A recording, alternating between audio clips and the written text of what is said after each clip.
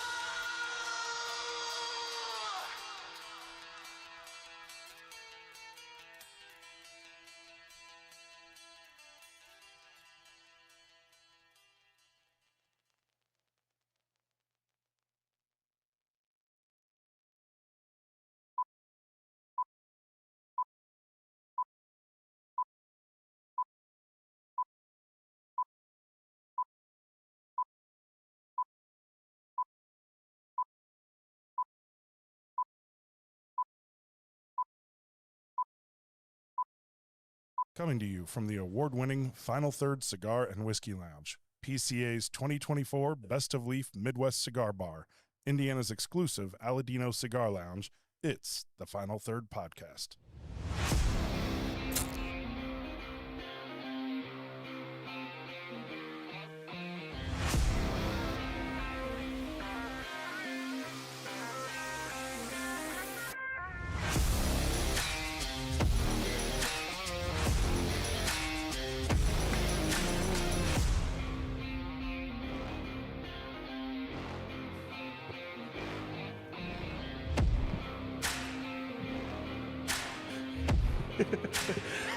Well, welcome back to the Final Third Podcast. I'm Rob.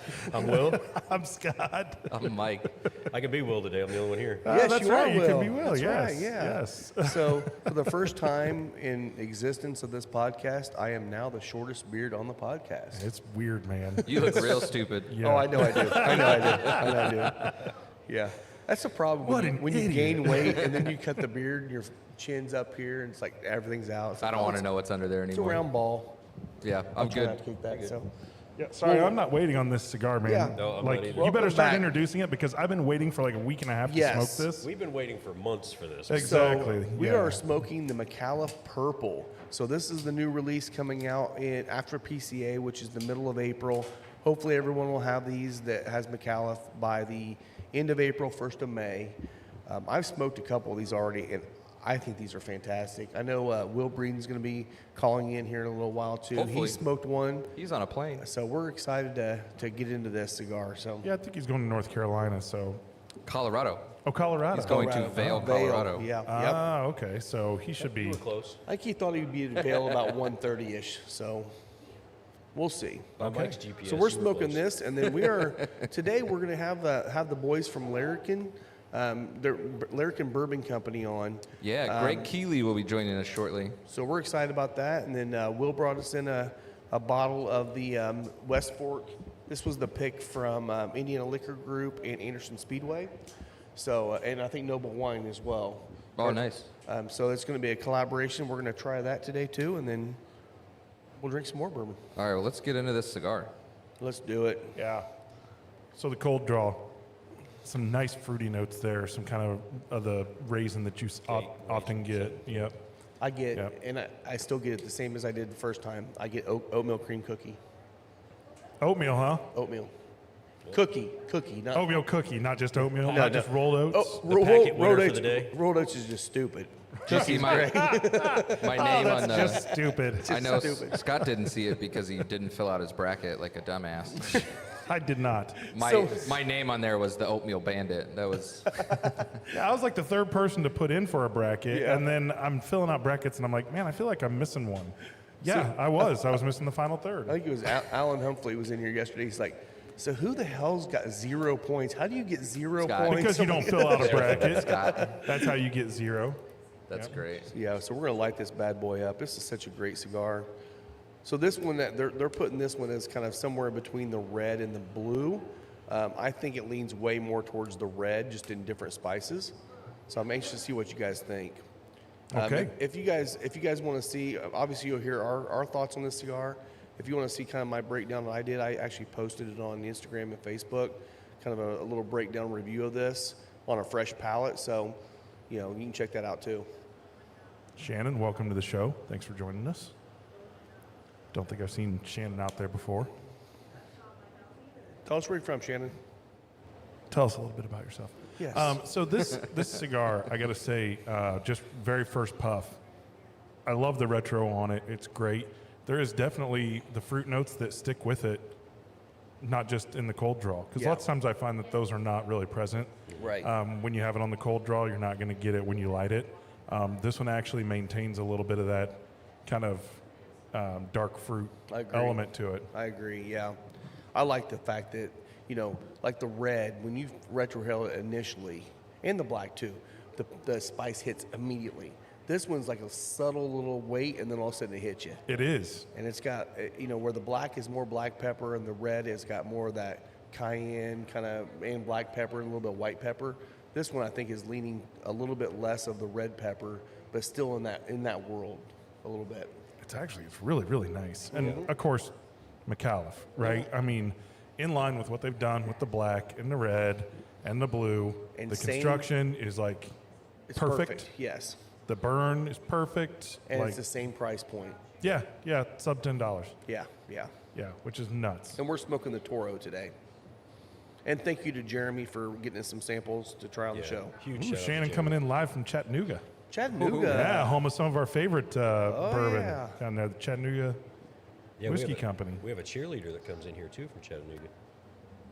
That guy sucks. You said cheerleader, and I'm like, Yeah, are I you threw you talking off. about Doc? Are you talking? What is there somebody I don't know? Like, Nope, what's just the Doc. story? Just Doc. Doc's a Gotcha. Chattanooga cheerleader. Ducks, Yeah. ducks It's a little sucks. awkward when he wears a scally cap and a skirt in here. It's really awkward. That does throw the vibe off a little bit. But I mean, you do you, Scott. It's fine. Whatever you want to do, Doc. Well, let's Yeah. get Let's get some into the whiskey. ILG West Fork pick do while that. we're waiting on Greg Keeley to join us. You want to start? Yeah. Okay. So, Will, tell us about your magnificent bottle you brought in. Not a whole lot to tell about it. I mean, it's a lower proof. I think it's one of their first. I think it was their first collab. So it comes in, I think, at 90 proof. If I remember right, it was 73, 17, 10. So it's a little high on the rye. Kind of hits me like a weeder, Okay. but Well, it's good and balanced. I do feel like the West Fork stuff when they prove it down to this range, it does get a little bit lighter on the palate, a lot lighter on the palate. Sure. So I'm anxious to try this to see how it bounces out. How But- will it balance?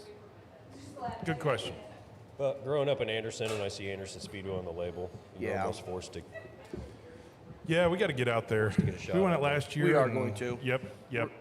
Love some Anderson Speedway. It is getting into racing season. IndyCar started. They have their event out at Thermal today, actually, out in California. So that'll be fun. Yeah, see if we can get out there at the end of the season with the school bus figure eights. Hell yeah. Those are the best, man. The boats, they're dragging Yes. boats around the track. I Doing think the we should trailers. participate in that. Okay, so No, I wanted to buy a bus for us to ride around in, not crash. That'd be cool. What if we just do it Or we can buy two. during it? Oh, they gave us a little kangaroo. you know the Yeah, it's a little Larrikin I like mascot. that. the nose on this is actually pretty nice. It isn't bad at all. I Yeah, like it. yeah. I Mike's coming off of a hot pot night. Yes. Yeah. Yes. We had some insanely spicy hot pot last night, and it's messing with Mike. My sinuses are fine. You know, it's not bad. It's pretty good. I agree. What'd you say the the mash was? Is it on there? It's on the right side on the far. I think it's 73, 17, 10. This has got way more flavor than I was expecting being proofed down that much. Yeah. Yeah, I wonder what. It almost reminds me of that amber red. You know, the crazy thing is The nose. I could see this going pretty well out at the track. Like, this Yeah. would be real approachable for a lot of people Honestly, out there. they that- don't want to have 120 proofer at the Right. track. Exactly. Yeah. Yeah, no, I actually like this. It's kind of surprised me a little bit. What's this, 4-year? Yeah, minimum 4 year. And I think blend. it goes well with this cigar.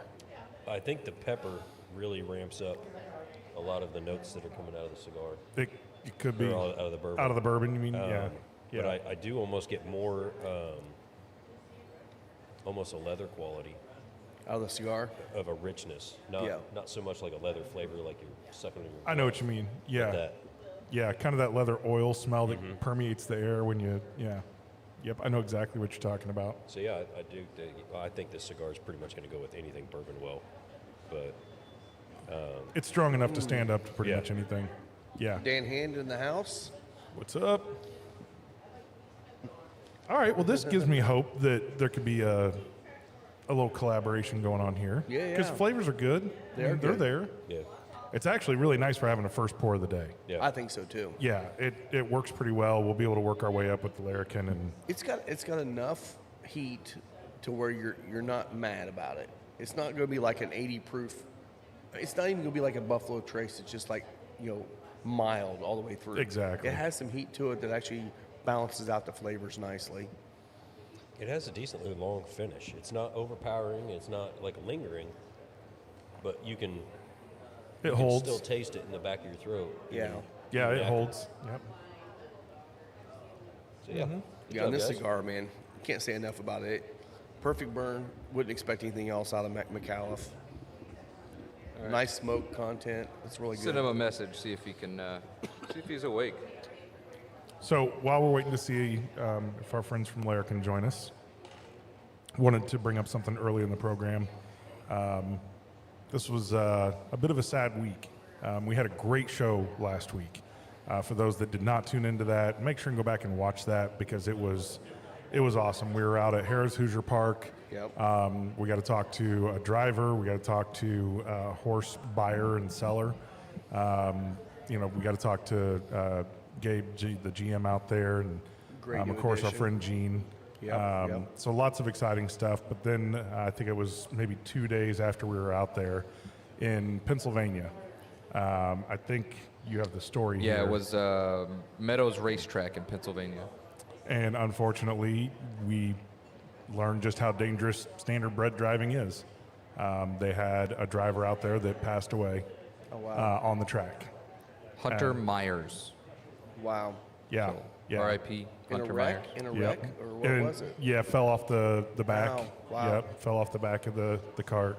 Yeah. So, yeah, those guys, they're out there and they're running an awful lot of races and putting an awful lot of miles up, but it is dangerous.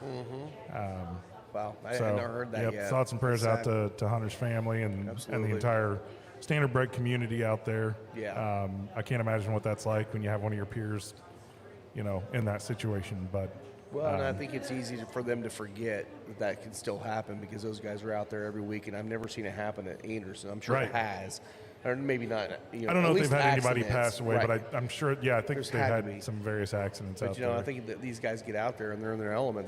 They probably don't think much about that, but this Sure. kind of puts it in their mind. Well, yeah, and they're makes running 10 races in a night. You just makes Yep. you wonder if it's going to affect any of them coming up this weekend too. Yeah, yeah. Yeah, so sad news. Yeah. Yep. Rising star. He's 27 years old. He's a young dude. So it's kind of a bummer. It's a shame. But Yep.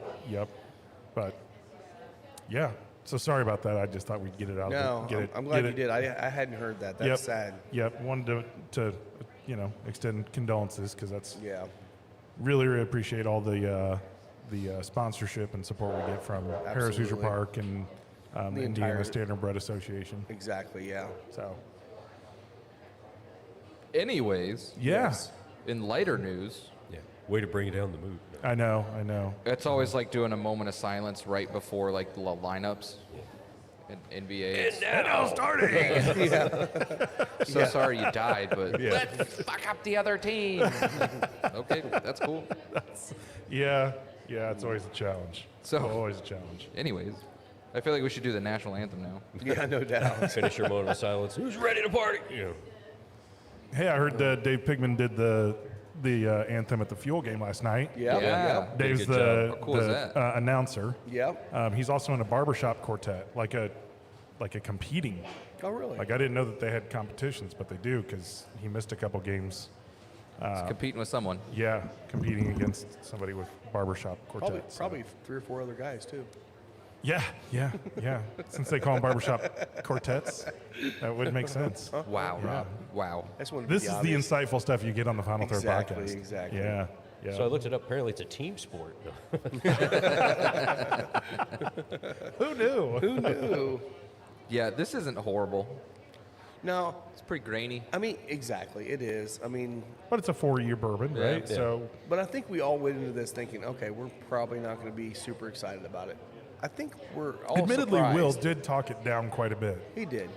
Well, when I first tried it, it was a sample that they had on the shelf, and I don't know that it had a cap on it because I don't remember seeing a cap on it when she Oh, grabbed it so off it the might have shelf. been a little It oxidized. might have been a little aired out. Yep. Might have had a couple gnats in your drink or something. That'd Yeah. be great. Been there. It does have a nice caramel to it. Like It does.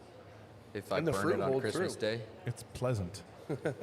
burnt Hey, caramel in the pan. Just I because feel you're like having a they're- day, Shut up. you don't have to bring the rest of us down. I'm having a great day. What a great day. We got 2 cars in our garage, Nice. so That's awesome. yeah, That's great. moving up in the world. All we did was just move shit from one garage to the other, so now I gotta fix the other garage. I can't park in the other one, so I don't really care. It's part of it. What else was on our list? We have a new read for Harris. We'll get to that one later. Yeah. We didn't have too much other news this week. There was. It was not a busy week. The biggest no, I stuff mean was sports basketball. stuff. Yeah. Yeah, it was basketball. So something I was thinking about us doing is let's bring in just like a random question of the week that we talk about, and it can be anything. And I'm gonna throw it out there. It's a super easy one today.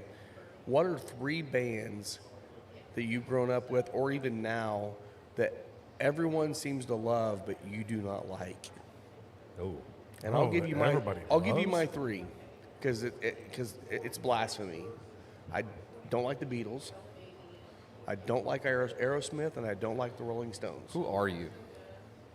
It's that like 3 subscriber bands that number going everybody down? loves. I can actually agree with 2 out of the 3 of those. So, Yeah.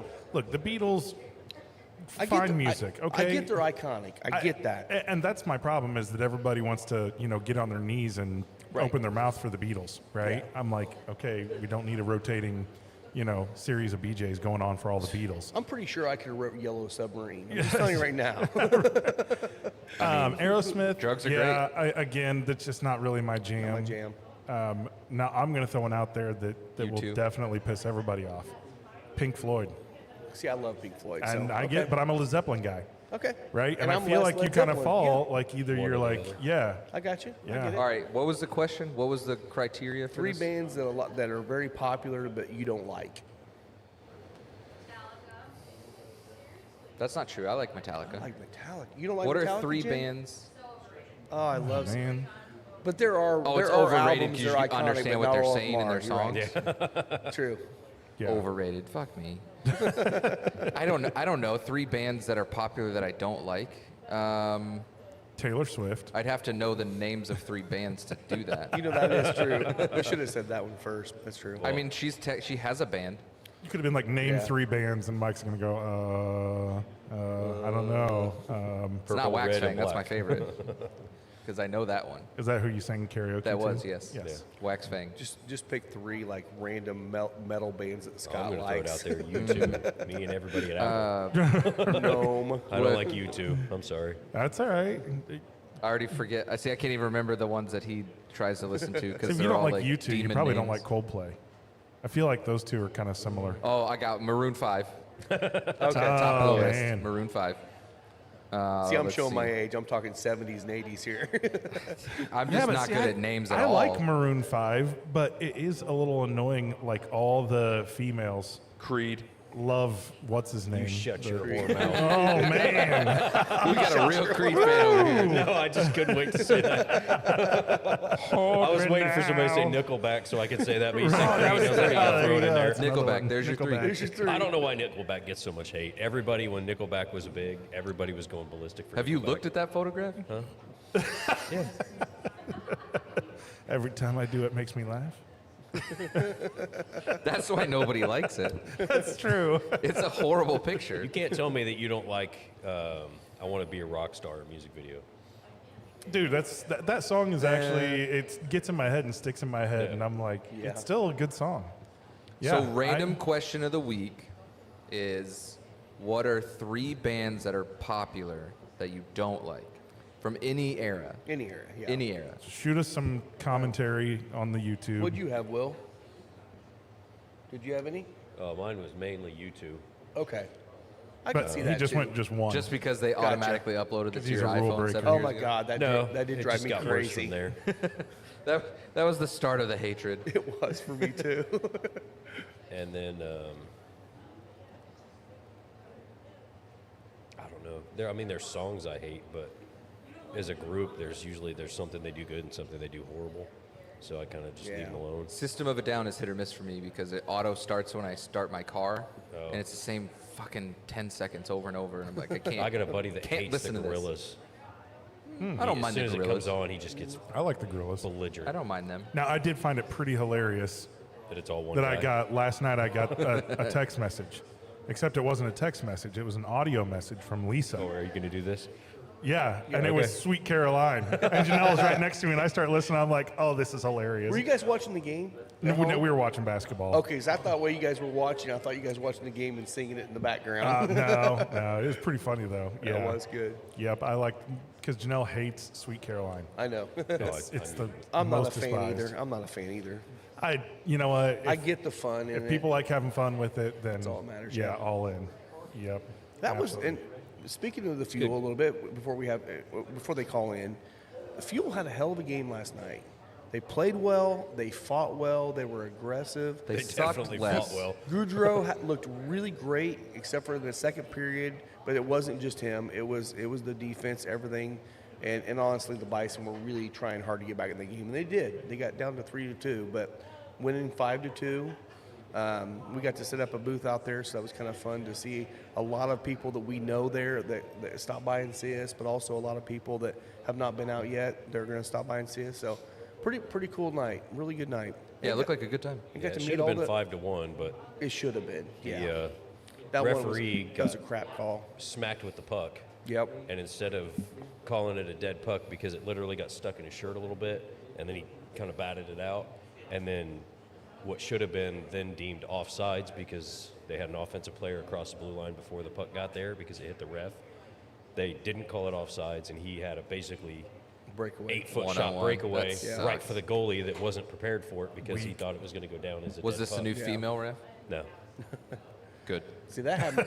That happened to the Avalanche this last week too. They had it hit the referee and it was going down for icing and it stopped it. And the only guy that was going forward was the defense and went down there and got a breakaway and ended up getting a goal to beat us. Like God dang But it. last Sunday's overtime goal was crazy though. Which The one? Avalanche one. Avalanche. Oh yeah, Yeah, that was- that was insane. good. That was awesome. McCarr. Yeah, Yeah. that was an awesome shot. They're playing well right now. They're playing very well right now. So they're making a run. They're making a hard run right now.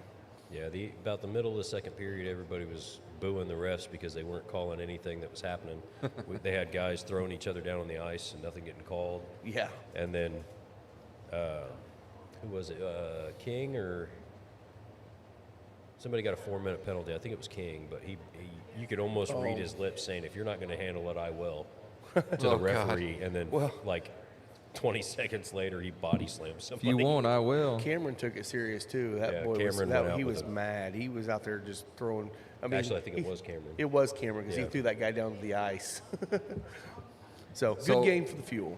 What do you think of the purple, Rob? I know you had one the other day, but I give us love it. your- I love this cigar. I mean, I still think personally in the lineup, I think the red might still be my favorite, but this is just right behind it. If I want something slightly less spicy, Seems way more mild. It does seem more I mild think the to me. bourbon's knocking Yeah. it down because by itself it was actually spicier than this. I think the bourbon's knocking it down right now. Stupid ILG pig. Ruining my cigar. The retro's still You were good, though. repeatedly The retro's still warned. good.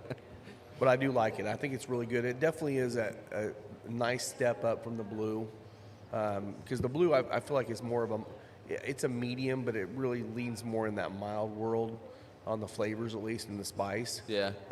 And I see that. It's people don't definitely like not it, spicy. Right. Like- But I think, our crowd here likes a lot of the spicier stuff. That's kind of what we like, so it kind of works out. So that's why they go to the black and the red more. But this one here, I think, is going to be just as big of a seller as the red and the black, I probably. think you're going to have a lot of people that don't normally go to the McAuliffe's trying this and then ending up on the purple. Yeah. Yeah. Because they might have tried the blue and the red was too much. The blue Sure. was kind of different. Yep, I yep. think this is going to fill the gap in that little niche of people. I agree. I would absolutely agree. Now, the one thing It's this, good. this It's a good one problem. does different than the black. The black, I feel like, and this is not a knock on the black, I feel like the black has got a little less transitional complexity. I think it's pretty much that same note all the way through, which is a good thing. It's a great note. The like intensity But all this through. one here changes from third to third for me. Okay. So I'm anxious to see what you I'm guys still think in my on first the third, thirds. so Yeah, going I'm slow today. I'm probably just now getting into it, so Yeah, we'll I'm- see how I'm- it transitions. Yeah. I do agree the bourbon's stepping over it a little bit right now. Which I Heavy wouldn't grain, expect high on a corn. 90 proofer. No, I wouldn't have thought that at all. But I think it's that finish. might Is be. it Long just the finish long on finish I think on it's it? just It's sticking interesting. with the The more I cigar. sip on it, the more I actually think I like it. I mean, it's not bad at all. And you said, what is it, $35 bottle? $35.99. Yep. It's like, that's not a bad price for You that can't bottle. beat that on a lot of the things. No. You could And I'm easily sure throw that's that in an- a decanter and just use that as your Kickstarter. Yeah. And that's available pretty much at all the liquor stores around Anderson, right? I believe so. Yeah. It does have some white dog elements to it, but Yeah. the pleasant parts, Yeah. the parts that I like. The flavor- the yeah, it's flavor, not not the- sour. It's yeah. just, a bit of that sweet mash. I don't know. I don't know which mash they're doing, but whichever. you Yeah. know. Yeah. It's got a little bit of that kind of sweeter element after it's aged some. Yeah. I'm not mad about it. I like it. Sipping whiskey. So we were eating. That's one of the other bands I didn't. Shit. Yeah, I should have said Mike and the genres. Heartbreakers over there. It Mike would have and been the literally country Heartbreakers. music for me, genres. Ugh. Love it. Yeah, we were eating biscuits and gravy yesterday morning. Totally forgot about the mimosas, but Oh. we had biscuits and gravy. It was a good time. We watched Wild and Wonderful Whites of West Virginia. So That's great. If It you was- haven't seen that, it was great. Yeah, so I watched this That's documentary. that's that documentary. Yeah. It's a yeah. documentary Yeah. from Johnny Knoxville about the White family in West Virginia. And yeah, sorry, Jen, about the mimosas. It was my bad. I even got the orange juice, but I didn't. I forgot the champagne, and I was like, well, we could have screwdrivers, and then still didn't. Yeah, I don't know. I was a little hungover. Look, I got surgery on Wednesday, so I was on hydrocodone all He had day. to go a whole 24 hours without alcohol. It was brutal. I think it ended up being like 32 hours. Oh, man. I know. It was Dang. ridiculous. But then finally, Thursday morning, I got up and I started drinking and watching basketball because that's what I do. Like Yep. when it's NCAA, this is the only basketball I watch pretty much all year. Same. Is just this 4 days because it's awesome. Like it's just nonstop. I mean, look, right now, UConn's beating Florida 35-31. That's great. Yeah. So, yeah, I've been just drinking and watching basketball since, Thursday morning and doing the biscuits and gravy. And once a year, I have to ensure that I'm making correct life decisions. And I figure if you're trying to validate whether or not you're really screwing up, just pick the lowest possible point. Like, compare yourself there, and then everything looks really good. And so you're watching the White family on this Wild and Wonderful Whites of West Virginia. They're shaking a pill bottle, going, that's the Boone County mating call. Right? wow. They're snorting lines off the back of a toilet in a bar. Oh, Jesus. And you're like, well, my life is pretty good. I'm making good decisions. I've got a home, and my kids are doing well. I don't feel bad at all. Yeah, at one point they're telling the story about how one of the guys, Brandon, is in jail and he's waiting on sentencing. And his cousin or whatever is there. He says, He was yelling on that phone at his uncle. He hung up, he grabbed his gun, and went up there and blew his face off. You tell me who got the better end of that deal. Still don't know. Like, I don't know. He's going to jail for 50 years, and the other guy got his face blown off but is still alive. I don't really know who got the better end of that deal. It's very confusing. There are no wins in that situation. No, but it makes you feel good about yourself. It does. It You does. can go, okay, I'm doing all right. Could be a lot worse. That's And for then we sure. do it every year. March Madness, biscuits and gravy on Saturday morning, and So Wild and Wonderful Whites West Virginia. I will say this first couple days was a little more lackluster than they've been in the past. There was a couple of really good games, but then like North Carolina, they came back after being down like 22 points and had a shot, but they ran out of gas. I thought that could have been a good ending, but it didn't end Well, up if they being would have that. hit Yeah. more than half their free throws, they would have won the game. God, yeah. That's across the board in the NCAA right now, man. It's terrible. The lack of free throw shooting has been abysmal. It could have been game changing for half these teams. Well, normally you expect the higher seed teams that are they're conference champions for the American Conference or the WCC or these conferences you never hear about except when it's tournament time. Right. You expect those guys to be the ones that hit their free throws, and even they were missing free throws. Like you're not going to be a pro basketball player. Free throws is something you should be doing automatically. Should be. And they're not. It's been absolutely crazy. There were several games that both teams were shooting 50% from the free throw line. Yeah. It's like that should never happen. I mean, 80% should be your minimum. In Yeah. all honesty, it should be your minimum. I'll give you 75. 75 is fine, but I Yeah. mean, if you can't hit 8 out of 10 free throws in practice over and over and over, shooting 100 minimum per practice, Yeah, something's wrong. I agree. Absolutely. Well, we have Greg Keeley joining us now. Greg, can you hear us? I think you're muted there, boss. I could hear you, but I couldn't talk. There we I go. muted. There you go. Yeah, I'm back on now. I got Oh, you, brother. wonderful. Thanks Welcome for to the joining. show. Hey guys. What's up, Greg? Whoa, don't want Yeah, that. sorry Stand I'm by. late. I was up doing farm work and I didn't realize it was 1 o'clock. So sorry I'm late. All good, man. That's All what good. happens on the farm. It's a 24-hour a day job. All And it's good. not raining right now, so that's another reason. It is here. Yeah. At least it was. Yeah, Greg, where are you located? We're right. Our farm is right by Four Roses Distillery in Lawrenceburg, Okay. and our distillery is 10 minutes from Larrikin is 10 minutes from here, right next to Wild Turkey. So I live next to Four Roses and I work next to Wild Turkey, so it's a pretty good setup. Yeah. I'm jealous. So, yeah, I think you're in a good spot. Yes. Awesome. Yeah, Well- my wife, when we bought the farm, was like, are we buying this farm because it's near Four Roses? I was like, no, of course not. No. Love So, it. with your own farm, Yeah. tell us a little bit about your distillery. It sounds like you're doing some grain to glass stuff. Tell us what's going on, and we'll start pouring over here. Yeah, sure. So, for those folks that are watching or listening that aren't aware, Larrikin has been on, as a brand at least, on the market since Bourbon Festival last year, which is in September? So September last year. Now, before that, we were known as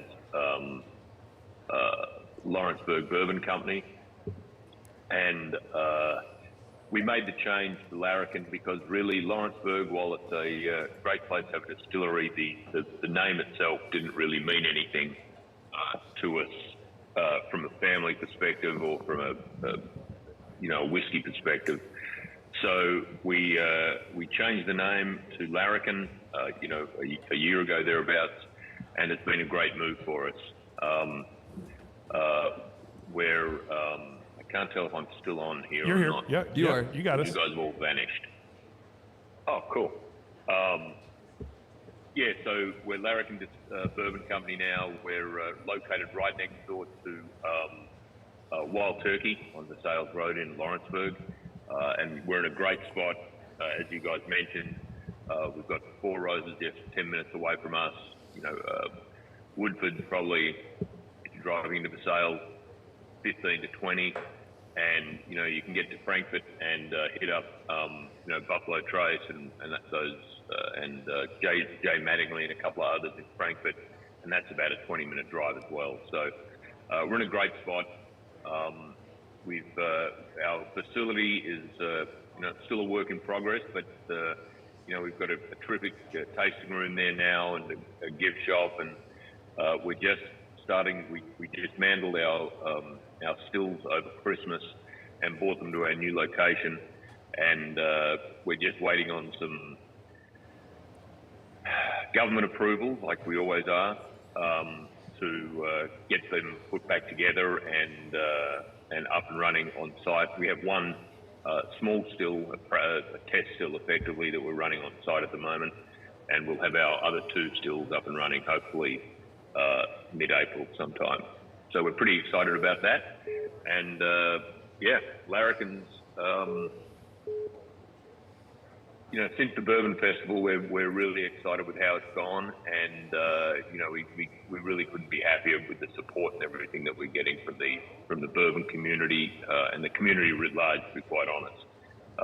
It's been a crazy ride, but we're enjoying it all. Fantastic. So most of the bourbon that you've had right now, is this since you said you're in the middle of getting set up, is this sourced and you're getting ready to distill, or you distilled previously to different locations? No, we're sort of a bit of a hybrid model in that we distill ourselves. Obviously, we're on the Bourbon Trail now. You have to be a producing distiller to be obviously a member of the Bourbon Trail. But as I say, we run a bit of a hybrid model in that, particularly when we were setting up, we did some contract distilling, and that was I'm not actually not allowed to say what we did. Fair. Yep. So we did some contract distilling, and that was, I've been distilling off and on now for about 10 years. Originally, so a bit of a hybrid model. So we're endeavouring to make everything we can ourselves, but we do have some legacy products that is left over from contract distilling, and our decade cognac finished rye is a sourced product from Alberta, Canada. The 10-year-old rye is obviously sourced. We didn't make that, and I certainly didn't go to Canada. So that's a sourced product. But by and large, when you look at our single barrels and other things, they're our products. Well, I just took the first sip of this. I don't even know exactly what it is that we're drinking, but wow. Yeah. So it kind of hit my palate, and I was like, damn, this is really good. yeah, I mean, you can definitely tell. This is that rye you were talking about, cognac rye, right? Is that what you sent us? Yes. Okay. Oh, is it the green label with the orange? Yeah. Mm-hmm. That's it. Okay. So yeah, I'm with you. It came that the rye comes through, but it almost comes through more as like that corn husk kind of thing we like. I'm getting like the husky thing going, but I get the rye behind it. It's really got some good sweetness to it. Yeah, but it doesn't come across as sugary or cloying or sweet at all. Not at it's all. like a nice, solid backing to it. I mean, it's got a really good foundation, which I just always like. What's the proof point on this one? It should be about 122.5, 122.4, I believe. That's what we were 122.4. shooting for. I don't think it's so that- it we were doesn't come shooting at across the that high. 122.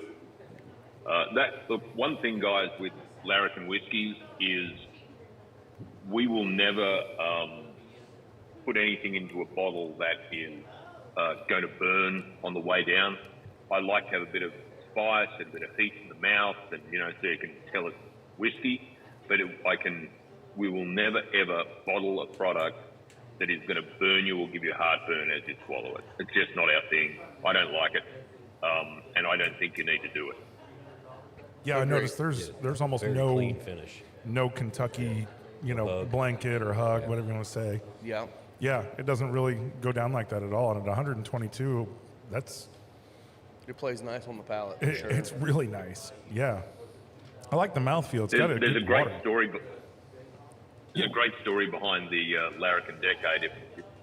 If you'd like me to relay it, it's so when we very first started a few years ago as Lawrenceburg, we had 4 single barrels that we pulled out 4 barrels that we selected. They were pretty cool single barrels, cast strength single barrels, about 121 proof, I guess they were 120.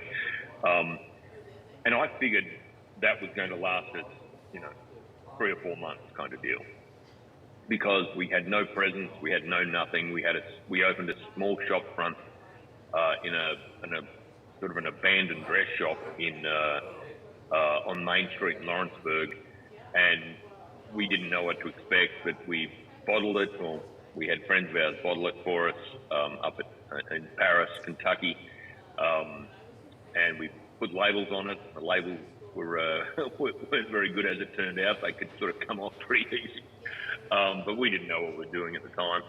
And amazingly, we sold out of those 4 barrels, 3 or 4 barrels, in less than 24 hours. Nice.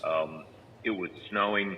We had a little event on the launch when we launched our bourbon, and it was snowing and cold, and we had Rotary Club and all that sort of stuff there.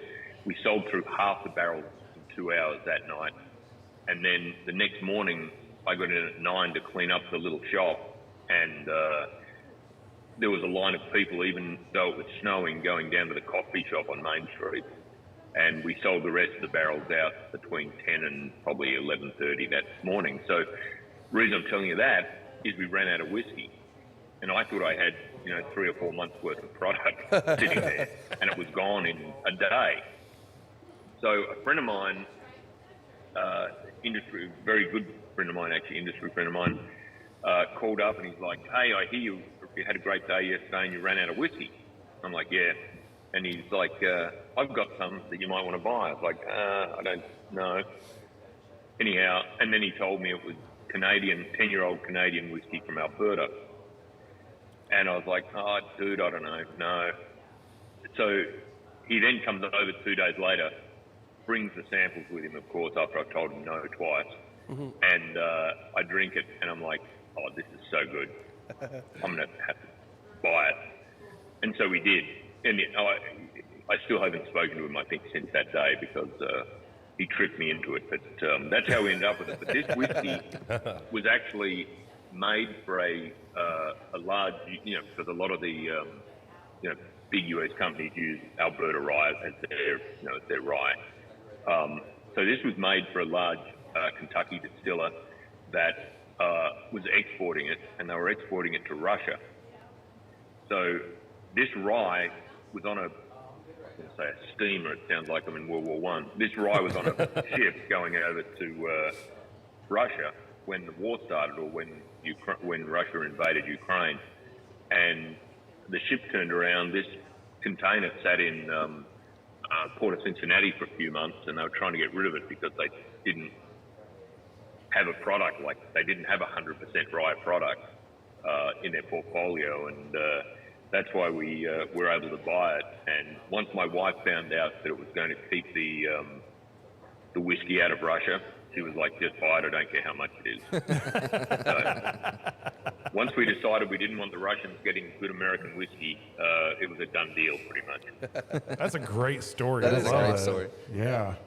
Man. So with this cigar, this is actually really a nice retrohale with this cigar. It is. I'm surprised, after what we were drinking before did not necessarily pair real well. This is is pairing perfectly. really, really solid. Yeah. Yeah. We're smoking the McAuliffe Purple that's not available yet. It'll be available in another couple of weeks. Ooh. So, yeah, You it's... should have sent me one. I would have had one with you. Oh, yeah, we should have. My bad. I didn't think about it. Sorry about that. Come on, Mike. I know. Next time. We say that all the time, don't we? We'll have to make a trip down there and see, and we'll bring some cigars to smoke with you. You guys are you guys doing a humidor at your distillery? Yeah, so we have the only, Larrikin has the only walk-in humidor on the Bourbon Trail. So it's a good-sized humidor. It's about the size of a regular person's sort of bathroom or large walk-in closet. Yeah. And our cigar sommelier is the only internationally accredited cigar sommelier in the state of Kentucky. Okay. That's and awesome. so we have a fantastic assortment of cigars, everything from, you know, stuff that people buy for a bachelor party kind of, you know, the Sure. $7 or $8 cigars, through to just some wonderful, obviously we have some brand, you know, Cahibas and Macanudos and that sort of stuff, but we also have some cigars that Chris Disponet's the guy's name, that Chris has been able to source from other places, like directly out of from some cigar folks in Miami and that sort of thing. And they're not mainstream available, but I tell you what, they are fan-freaking-tastic. Heck yeah. And he knows his stuff. We have a line of Larrikin cigars as well, which are made for us out of a Cuban seed with Honduran leaf and a Cuban seed, and they're rolled by a gentleman in Miami who I think's only in his 60s, but he genuinely looks like he's 100. Cuba will do that to you.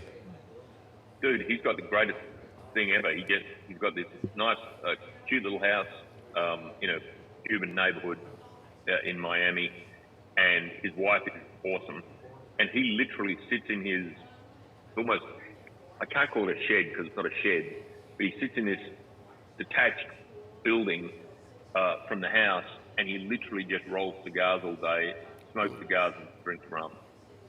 That sounds like a rough life. Sounds like a yeah, retirement plan. Other than rolling, that's my life. Yes. Yeah, his wife brings him out amazing. I hadn't had Cuban food before, but the food is extraordinarily good. And yeah, we sit there, and Chris and I will go down and meet with him about every 3 or 4 months. We'll have a couple of few cigars.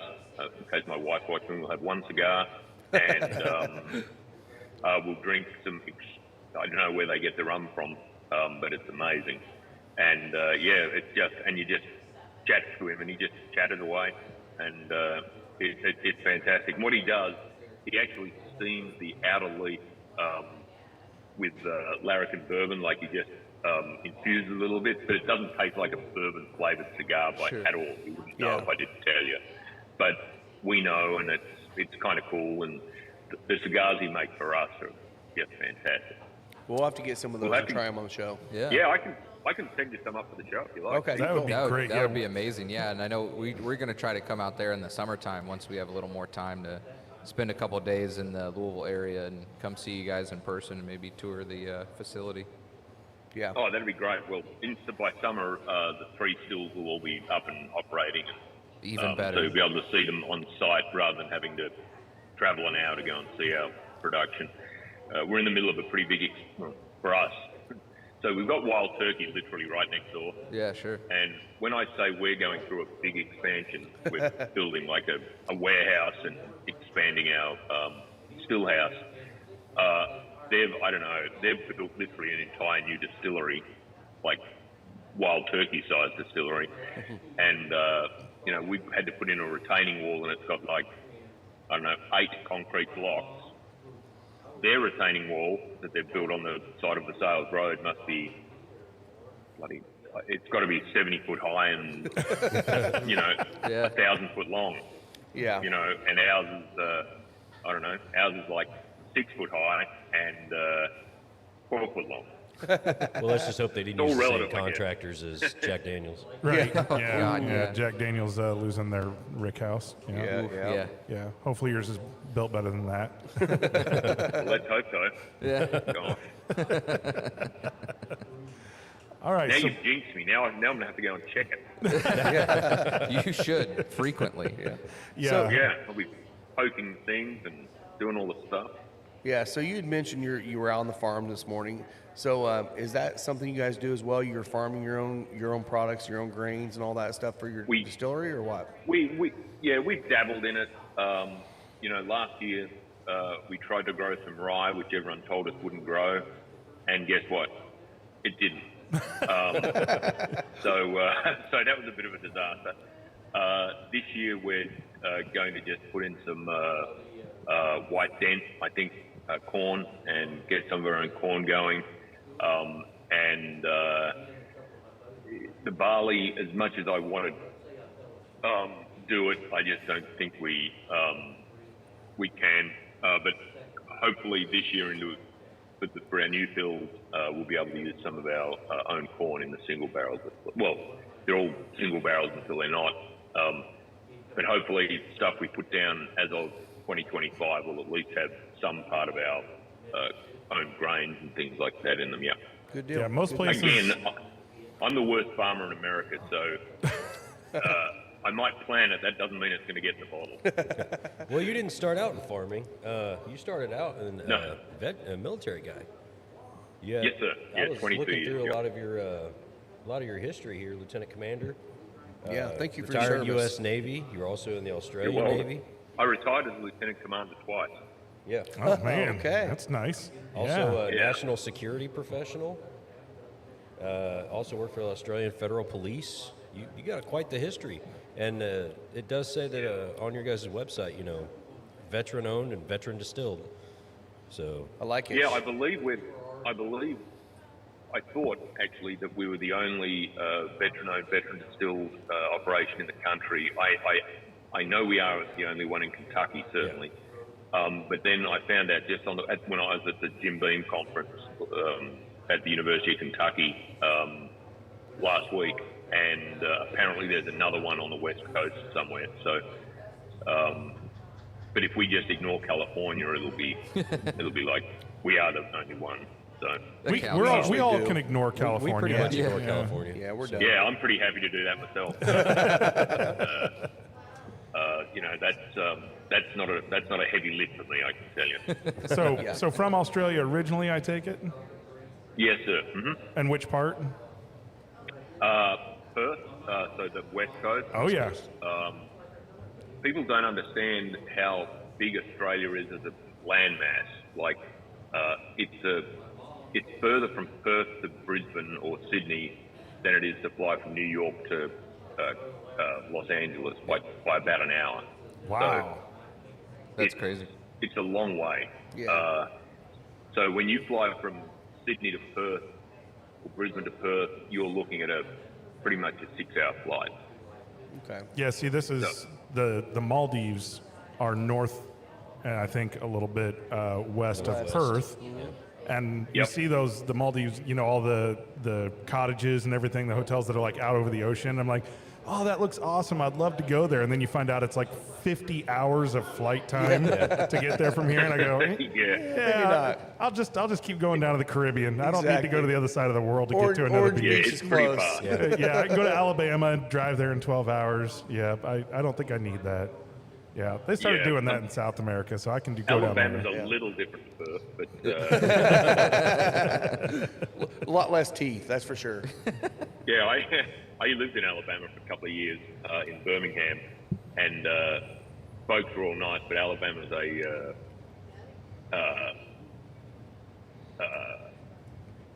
its own thing. I was waiting to see where you're going to go with that, Greg. It's definitely I unique. like Poontang I on put the myself in a box. pontoon. Yeah, my wife and I, we love the redneck Riviera down there, going down on the Gulf Coast, and we go down there quite often. And there's a good bar down there, the Floribama, right on the. I've had a couple of insane. I think everyone that goes there is it's just that sort of place. It's You got its can't own just vibe. stop in for a drink. Yeah. Well, I don't know. We like it down there. We go often. So my wife just Yeah, got it's back great. yesterday. She was down there for a week by herself, just enjoying the vibe. So Drinking all the bushwhackers. all the bushwhackers she could All the find. bushwhackers here. I bet yeah. she had the best week ever. Yeah. By herself.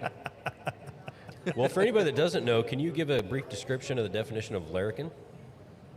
Yeah, so a larrikin is an Australian slang term. It goes back to the 1800s, like, basically the founding of the country. And it means someone that doesn't follow convention, someone that does their own thing, sort of takes action and then asks for forgiveness later, but does it with no malicious intent. It's always with a good-natured, the closest thing here in the US parlance would be a maverick. Think of Tom Cruise in Top Gun kind of person that is, well-intentioned and wants to do the right thing, but wants to do it the way they want to do it. And that's what a larrikin is. In Australia, archetypal larrikin, and this is the easiest way to picture a larrikin, is Steve Irwin, the crocodile hunter. Yeah. The late Steve Irwin. So he is literally the epitome of an Australian larrikin. He does his own thing. He's got a great, great fun to be around, and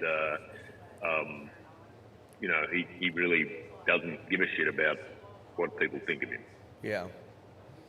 Loved Steve Irwin. So that's it. Yeah. He was great. Oh. And love the description. That's the great brand name for your bourbon. That is a great name. Yeah. Well, my wife Katie came up with it, and when we were going to change from Lawrenceburg, and we were trying to think of something and couldn't think of anything. And if we hadn't thought of, if nothing came, organically, we weren't going to change it if we didn't think of something better. Because Lawrenceburg was a good name. We were the first Lawrenceburg bourbon company ever, despite its rich history in the whiskey industry. And one day, we had some stupid names when you look back at it that we thought of. And she came up with Larrikin. She goes, "This is the," and I hadn't even heard the word Larrikin in 20 years. And I was like, "Holy cow, that is perfect. It's exactly how we built this." Everyone told us not to do it. Everyone said you can't start a distillery from scratch without a boatload of money or backing, financial backing or whatever. 2, you don't know what you're doing. And 3, it's just not a good idea. So that made me absolutely 100% certain of doing it. Oh, yeah. So Yeah, you tried to grow rye in Kentucky. yeah, right. Exactly. Yeah, that didn't work. Neither did the malted barley, and neither did the barley. That was a bigger disaster. But that's You don't want to do the barley anyway. Every distillery we talk to, even the ones that do it still, they're like, yeah, we're not 100% sure we want to keep doing this because... Well, even the ones like we're friends with the guys up at Whiskey Acres up in DeKalb, Illinois. And those guys, they grow barley, but the problem is you have to send it to a malter, which is, hours away from them, and then back. It ends up costing them like 10 times the cost of just buying it. Yep. It really doesn't make sense financially, other than saying I'm 100% grain to glass. Now, I will say it does come into kind of a new light if you're going to approach the American single malt marketplace, You're right? Because yeah. now it's more than just 4 to 6% of your product. Exactly. Yeah. Right. Yeah. And at that point, if you're talking, 50% plus that you're going to have malt, yeah, maybe growing it does make sense because it's a core part of your product set. But even Chattanooga, we got all our friends down there. Yep. They source all their specialty malts. They're not growing anything. They're just sourcing their various malt elements that they're putting into their whiskey. So yeah, we don't see too many that are taking on the barley. No. At all. Tell me, what do you guys, and I know this is totally off topic, but what do you guys think generally of the American malt sector? And do you think it's got legs or not? And I'm asking this because we're thinking of doing it. I personally think it does. I think that could be the next big market for American whiskey. I think it'll keep the bourbon boom from going to a complete bourbon bust. Good, right? It's an alternative product that reaches a whole new market segment. People that may not be big bourbon drinkers, maybe not even big whiskey drinkers, right? Yeah. But American single malts are so much more approachable than some of the traditional single malt scotches. Yeah. That I think it does open up a new marketplace. And a lot of people seem to be really going after it right now. It's definitely a young market, but now that it's got the official designation behind it, the full classification, I think that is probably a market that's going to continue to expand and help kind of keep the bourbon side present. And I think it also is going to take the bourbon lovers because, everyone, if you've been in the bourbon boom over the last 4 or 5 years, you're kind of starting to get a little bored waiting for the new releases of the BTAC or whatever the hell's coming out. Oh and I God. feel like a lot of people are now going, okay, what's next? What's next to try? And we had a buddy named Corey that came in last night, and my wife Lisa both love single malts. And I think that's just going to draw people to another line of whiskey that they can continue to enjoy and continue to expand their palate and learn something new. I think it's great for the whiskey And it's world. something new that, when you see New Riff's already doing single malt stuff. So when you start seeing these other brands that have been around for a few years already get into that single malt market, I think you're right. I think it's a good coming. alternative. Well, for- especially if you're looking for these people. complexity, right? I mean, bourbon, to get complex bourbon takes quite a bit of time. You know, you can blend it into it, single barrels, all the variations that exist there. But you know, sometimes I find bourbon to be missing a little bit of complexity Rob's dying. in Sorry, certain elements. You know, just it's like you're like, oh, this is a caramel forward, this is a vanilla forward, this is a fruit forward. The single malts definitely can lend themselves to some additional levels of complexity. I think we had a Lagavulin 12-year, right? So a Scotch, single malt, Right. Cast strength. but it was cast strength and it was finished in añejo tequila barrels, and it gave just enough that you just had this super complex flavor. And so those that are, you know, I mean, I feel like when you get started with bourbon, I'm sorry, but I don't find Blanton's or Eagle Rare to be particularly complex. Nope. They're fine products. Lots of people want to go after them. When you first get into bourbon, you're like, oh, I want the Eagle Rare. I want the Blanton's. That's what people know is the Buffalo Trace line, that whole Sazerac. Yeah. But then as they start, you know, kind of expanding out and getting into single barrels, you start wanting to find the complexity. You're finding the things with the long finish. You're finding the things that have that subtle notes in there that you're trying to pick out. And I think there's definitely some big time room in American single malts to do that. I think so. Yeah. Yeah, so it really does open up a whole new marketplace there.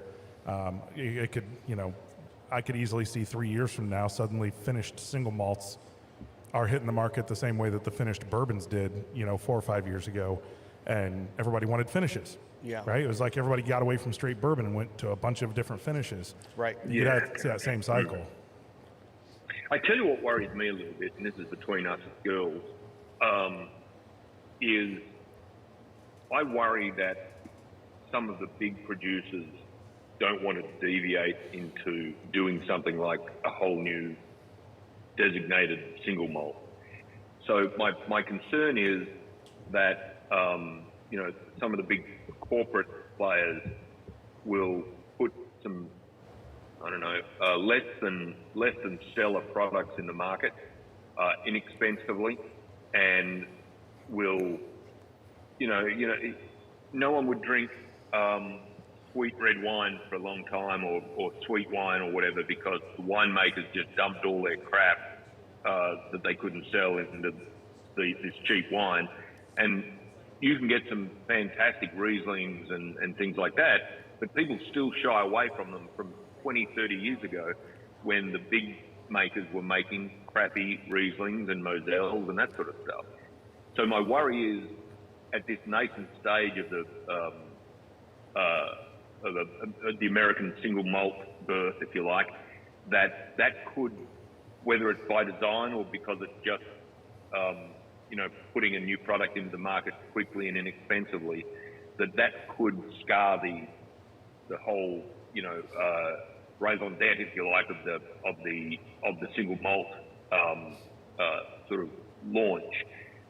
When people start drinking or try it for the first time, and people are invariably going to try the less expensive bottle when they've never had it before or whatever, to get a taste of it, and then they'll try it and the quality's not super great or whatever, and then they won't go back to it. To the craft stuff, to the new rips, to the you know, to the old line from Maryland and things like that. So that's my main pause, and that's why we haven't jumped into the pond yet, because of that. And hopefully that'll shake out over the course of a little bit. But you know, at the end of the day, if the big guys decide they don't think it's, or they don't want to fool with it as a new line, I don't think it'll go the distance. I think it should, but Yeah. that's my concern. But at the moment. that's a good call though too, because the single malts we've been seeing popping up have been some of the smaller distilleries. Yeah. You know, you got some of the Colorados doing some of that. You know, Texas, Balcones does some single malts. You got some, even Old 55 here in Indiana, they did a single malt. You're right though. I think if they're not taking it seriously and trying to create a great product, just putting something out, trying to beat the market, it could actually fade away, and then the big dogs don't want to do it because it's not taking off. So Well, I it's get like- that. You just said that in 20 seconds, what I took 10 minutes to No, describe. no, that's a good call. I didn't But think that about was that. exactly it. Well, I That think was too, like exactly your point. You get You're these exactly right. you get these craft distilleries that are going to put this stuff out, and then, like you said, the big dogs are going to come in, and then they're going to put out, some mediocre things. But if you don't put it out at all, then I feel like maybe You miss them. It doesn't you kickstart miss that that, whole and trend, it doesn't yeah. kind of push other craft distillers to do that Sure. process as well. To where, Yeah. if you shy away from doing it, then maybe don't shy away from doing it, just because you want to be on that side of the trend, whether it fizzles out or not. That Right. you were a part of that one as well. Because I mean, look at Starlight; like they were releasing a different finish every week, and Yeah. then Heaven Hill did their grain to glass, and that was about as cliche as it ever could have gotten. Yeah. And they were on the tail end of that. Like everybody has their seed to spirit, seed to glass, everything. Yeah. But then to see Heaven Hill come in at like the end of that trend was kind of like, well, exactly what you said. They were just kind of hightailing on everyone else's coattails. But they did throw $100 bottles out there. Yeah, yeah. Right? I mean, Yeah. look, when you can go It get a wasn't Whiskey cheap. Acres, when you can go get some of these other guys that are, more approachable in price. Yeah. Just because you threw Heaven Hill Sure. on the bottle doesn't necessarily mean it's going to be the best product out there. I mean, we love Sure. Heaven Hill here. Yeah. Yes. And they Yes. weren't bad products, but at $100 a bottle, I've not had one on my shelf. Well, I'll be honest with it. With the Heaven Hill Grain to Glass, I like all three of them. I think the Weeder's the one I like the most of them, but it's so off profile from Heaven Hill. It's like if I go to Heaven Hill, I want Heaven It is, Hill. yeah, it is. I want Heaven Hill or I want Elijah Craig. I want those profiles. I don't want, and even Larceny now with their new stuff they've been putting out. Yeah. I want that. I don't really want you to create something brand new that doesn't even taste like your Sure. product I'd be scared anymore. to give that to like a new person getting into whiskeys. 100%. Because then it may turn them off of trying other Heaven Hill products. Exactly, So like yes. that would You be can give it another to me. concern. Yeah. I already know what Heaven Hill tastes like, so feel free to give me whatever you want. Oh, No, we'll kill that's the thing. They're we'll kill still it all the good, time. but for a $100 bottle, it makes you think about it before you buy it. Yeah. If it was a $75 bottle, no question, people Little would be less buying like concern. crazy. But like the first batch of all the Heaven Hill Grain Glass sold out everywhere. Second batch came out and it's still sitting on the shelves some places. So 6 it years is what too. it is. Those, Look, those are 6 years. It's going to come down to, in my opinion, on the whole, single malt, is going to be what's the quality of the product versus Yep. the price. Exactly, And if you're yeah. coming early to the game and you're throwing something out there that's $100 a bottle, man, it better be the best tasting single malt you've ever had, right? I mean, it just Exactly. if you're going to throw a $50 to $65 bottle out there, then all right, now I'm going to put it on my shelf without even having tried it because I want to try it and I'll buy it for that. Yeah. I think it probably My wasn't. worry is that the big guys will put out the $30 or $25 bottle of single malt, which will maybe qualify as a single malt to sell, but it won't be what it should, a good single malt should be. Yeah. And that's going to put people off longer People are going term. to try that and then be put off on it and They'll not think expand. that's what a single malt tastes Yeah. like. Yep. Yeah. Rather than, so friends of mine up in Maryland, in Baltimore, have a distillery called Old Line. They're two Navy aviators that from back in the old days, and they only make single malt, and they Nice. just have some fantastic products. But they're in that $60, $70 range, $80 range. And if you've never had a single malt before, you're probably not going to pick that up at Kroger or Piggly Wiggly or whatever. There's a But you Southern might pick boy up right the- there. Piggly Wiggly. Yep.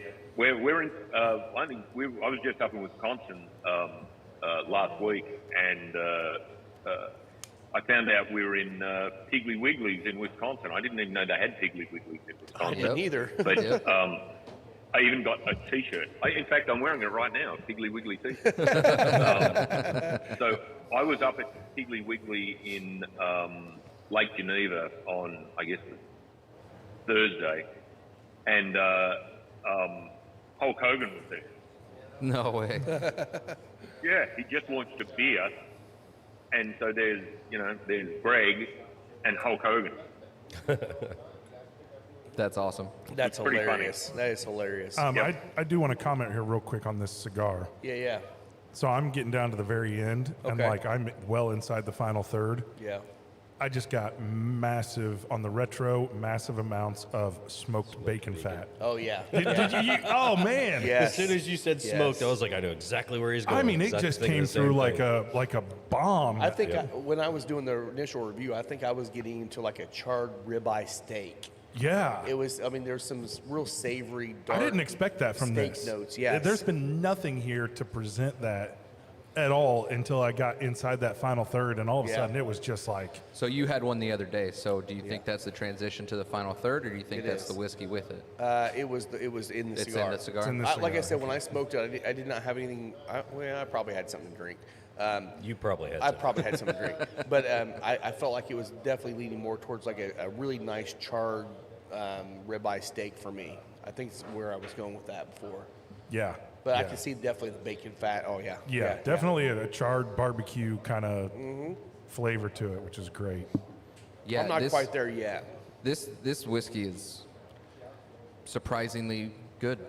I'm not really sure what I was expecting from it, but No, I'm not a it's- huge cognac fan. Did we lose him? No, he's still with us. He just Okay. turned his camera off. Oh, I'm gotcha. still here. I'm just getting myself one. Oh, no worries, Okay. no worries. He's getting that Piggly Wiggly shirt out. So Piggly Wiggly was what Buc-ee's is trying to be now.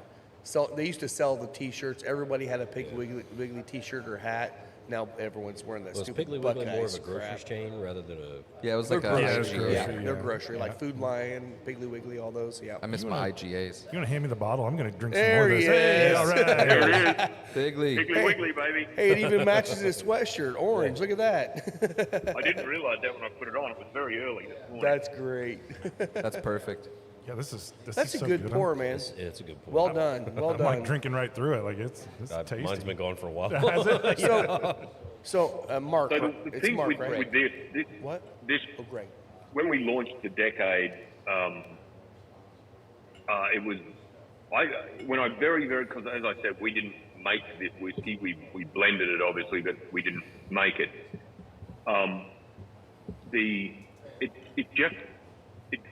The very first time I drank it, I was like, this tastes like dirt. And I've been told by all my team that I'm not allowed to say dirt anymore. But Earthy. it just Earthy. did. Earthy, that's right. Earthy. Barnyard. Barnyard. When they There threw you out go. at me. But I think it really, really does. And then when we did half the barrel as decade, and then for this year, we came across 215-gallon cognac barrels that had cognac in them, obviously, but hadn't had anything else. And so we took those and we filled them, second barreled the decade into those, and it just added a layer to. I don't particularly like. I'm not a finished whiskey guy. It's just not my thing. But this, and the other thing is, we never leave. If we do something like this, we never leave the whiskey in the barrel for very long. I still want it to taste like bourbon. Yeah. I don't want it to taste like cognac. I don't want it to taste like Armagnac. I don't want it to taste like sherry. I want it to taste like bourbon. So we'll put it in the barrel for a short time, and I'm talking a few months.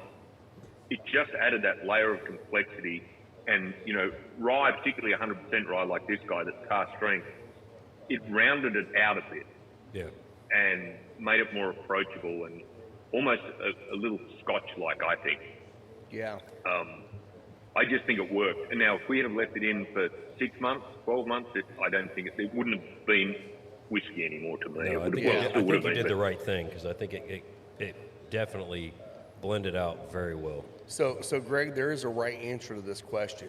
I'm going to tell you right now. Hmm. Tell me you're not doing any Armagnac finishes. Or not Armagnac. Amberana. Amberana. We are not. Thank Thank God. you. You win the lottery Your today, stock buddy. just went up with us. Yeah, I'm just not a fan. We it's had horrible. a barrel. We actually got given an empty Amberana barrel, and we had a half barrel of, I guess, 5-year-old liquid that we put in it, and it was really for just playing around with it. And we were letting some of our guests and visitors try it, and some people love it, and I just don't get it. I don't But, either. It's terrible. I forgot the barrel was there, and we were up reorganising our warehouse a month or so ago now, and we're like, oh, there's that bloody Amberana barrel. We pop it open, and we pulled some out of it. And, oh my God, I was like, this is so nasty. Yeah. And Well, we figured because out. we left it in there for months. Well, you know Alan Bishop, right? Yeah, of course. Okay. So we were down there with him when he was still at French Lick. He's now with Old Homestead. And Yep. he had some whiskey that he put in a barrel, and actually it was in a tank, and he had Amberana chips in there for less than 6 hours, and it was fine at that point. Beyond that, it's too much. It's just too aromatic. Yeah. Honestly, you just need to burn that in your freaking smoker and make some meat or something. 'Cause you don't need to be putting whiskey in that. Yeah, I can't imagine what it'd be like with chips. We never use chips or any of that sort of stuff in our whiskey. If we can't, do it in a barrel, we don't add anything to it. But even, the barrel, it was sitting in there for 6 months, and I'm just like, holy guacamole, what am I going to do with this? So it's still sitting there. Yeah. So now it's been in there for 8 months, so who knows what it's like now. And that's the thing about Turpentine. Amberana too. There are people that hunt that stuff and they love it, and good for them. They like it. That's fine. You could probably bottle that and sell it out in a heartbeat. It's not it's sure. not our jam. It's not our jam at all. So tell me a little bit about. Okay, so we have this whiskey here. Tell us a little bit about your lineup you have right now available. What can people be looking for? Sure. So, what kind of put us on the map as Larrikin was, when we launched at, rebranded, I guess, at Kentucky Bourbon Festival last year. We also launched our first bottled in bond. And it's an 8-year, it's our standard 75-21-4 mash bill, which we pretty much run 90% of our products as. We're changing that this year, but we'll release a higher rye bourbon later this year. But so I grab it here. So this is our bottled in bond, 8 years old. This exploded at Kentucky Bourbon Festival. It became our most popular product on the back of that. A lot of the podcasters and influencers and things picked it up at the festival. The bottled in bond is one of my very favorite whiskeys we've produced, apart from our single barrels. It certainly really stood up, and as an 8-year, what it allowed us to do. So when we go through and do our single barrels, it's probably 1 in 20 or 25 make it to single barrel status, maybe 1 in 20, around there.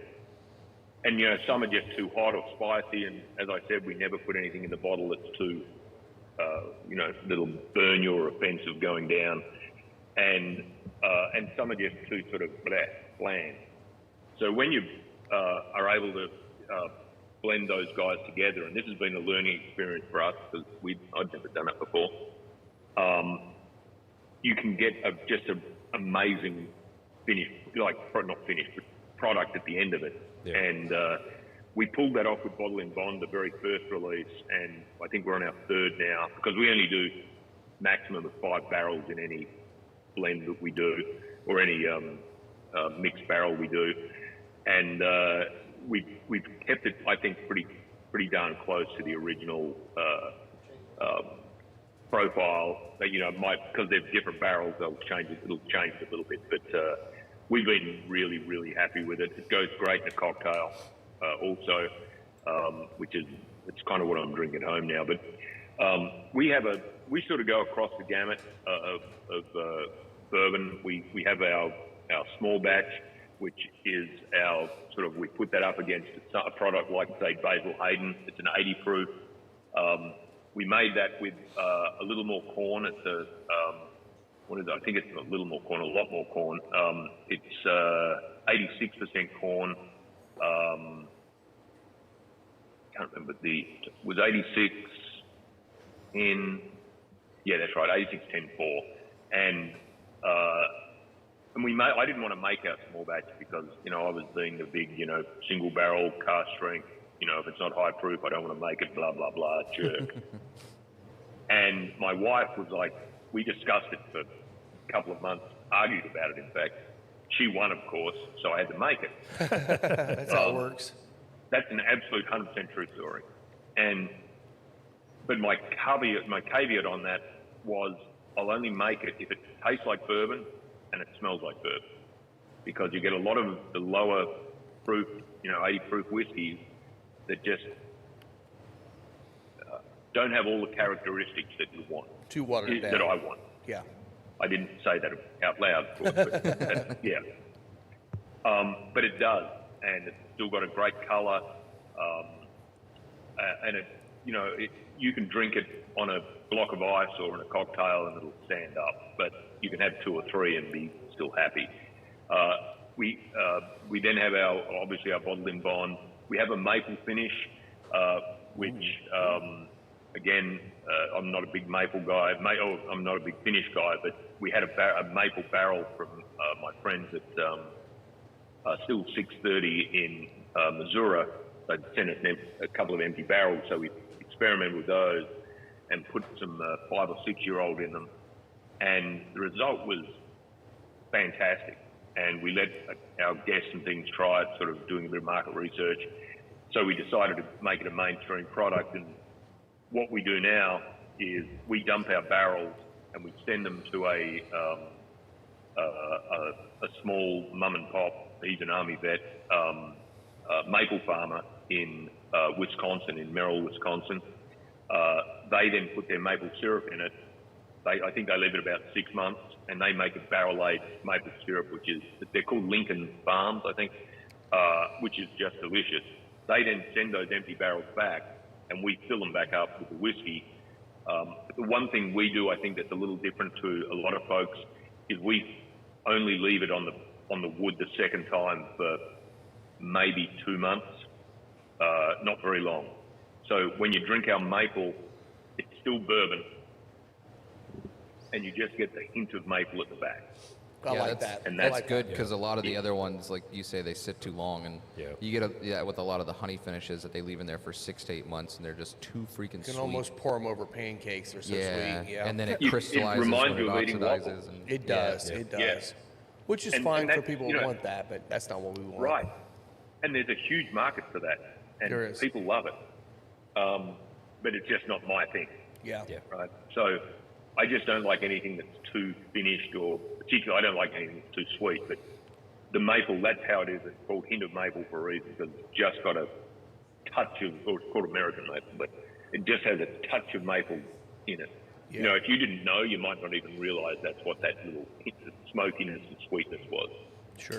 But that's how we've done that. And then we obviously have our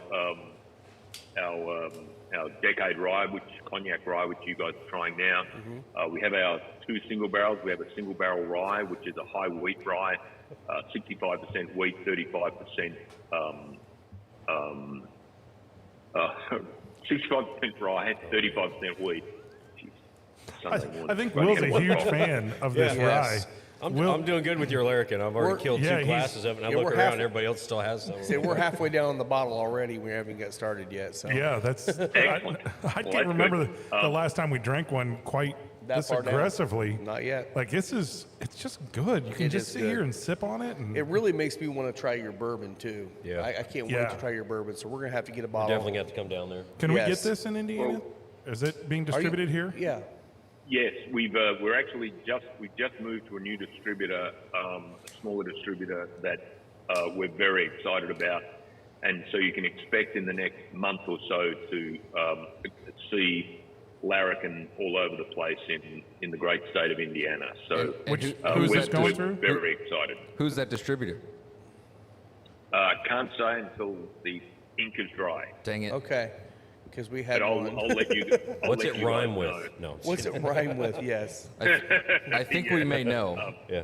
We won't spoil anything, but I think Yes, we may know. I think we do so know. Yes. when it happens. Let you know offline. Okay. Cool. We'll be sure to spread it around the state. That's for sure. One of our co-hosts. Because the who's- minute I say it, Yeah. something will fall over. And There we you won't go. do it. Yeah. Yeah. one of our co-hosts, he's not on the show today. He might call in here before the end of the show, but he's got an interest in an Indiana small batch Style. yeah, small batch style distributor. Distributor, yeah. So yeah, Craft style distributor. yeah, yeah. So they've been Yeah. they've been doing a great job of picking up brands like Larrikin and Yes. others that for one reason or another, the big guys, they just don't pay close attention. I mean, And in all honesty, I would, for a brand like you guys, I would say don't go with at least the two, maybe three big dogs, because Yeah. they don't sell your product. R&DC and The Johnson small- don't care. And I mean, Southern does a better job, but they're still big, and you're not going to actually see them going out and selling the And products pushing as it, well as yeah. some of the smaller distributors. So I applaud you for doing that. That's great. Well, guys, that's, I'm pleased to hear you say that, because, we went down that road at the very start, with the big dog sort of deal. And, on paper we could say, we're in 18 states and blah, blah, blah. But we're in Kentucky and Indiana, effectively. And, we were doing most of the legwork. Yeah. But our new model now is that we go with the craft folks that look after craft distilleries Sure. and fine wine. So if they, you're finding some of these, from a distributor point of view, some of these fine wine houses are leaning into to premium craft whiskies to supplement their wine portfolio. And it's perfect for us because that leads us into those really cool sort of mum and pop independent liquor stores that, have a terrific wine selection, and they want a curated Yep. but approachable whiskey collection as well, and spirits collection. Yeah. So that's what we've done, and most, as I mentioned, we were just in Wisconsin, and Wisconsin, interestingly, is now our second biggest market in the United States. Oh, wow. Because we have a great distributor down there called AVA that is a fine wine house, and now they picked us up late last year, and now we're their third biggest selling product in their whole wine portfolio. Good for you, That's man. awesome. I thought people in Wisconsin only drink spotted cow beer. That was it. Nothing else. Oh, I had a few of those this week.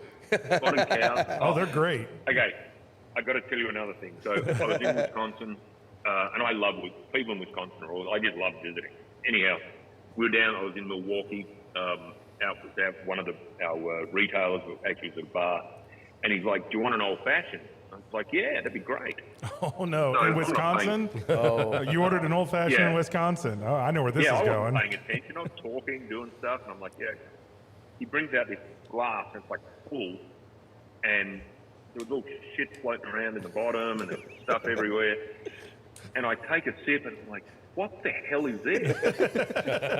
It was a Wisconsin old fashioned, which was made with brandy. Yep. And they'd muddled all the fruit in the bottom, and they must have put like 5 packets of sugar in it. And I'm like, "I can't drink this." And they're Yeah. like, "No, you have to. It's a Wisconsin old fashioned." I was like, "Okay." It's a fruit cocktail. Can you make me a Kentucky old fashioned, Yeah. please? Oh my God!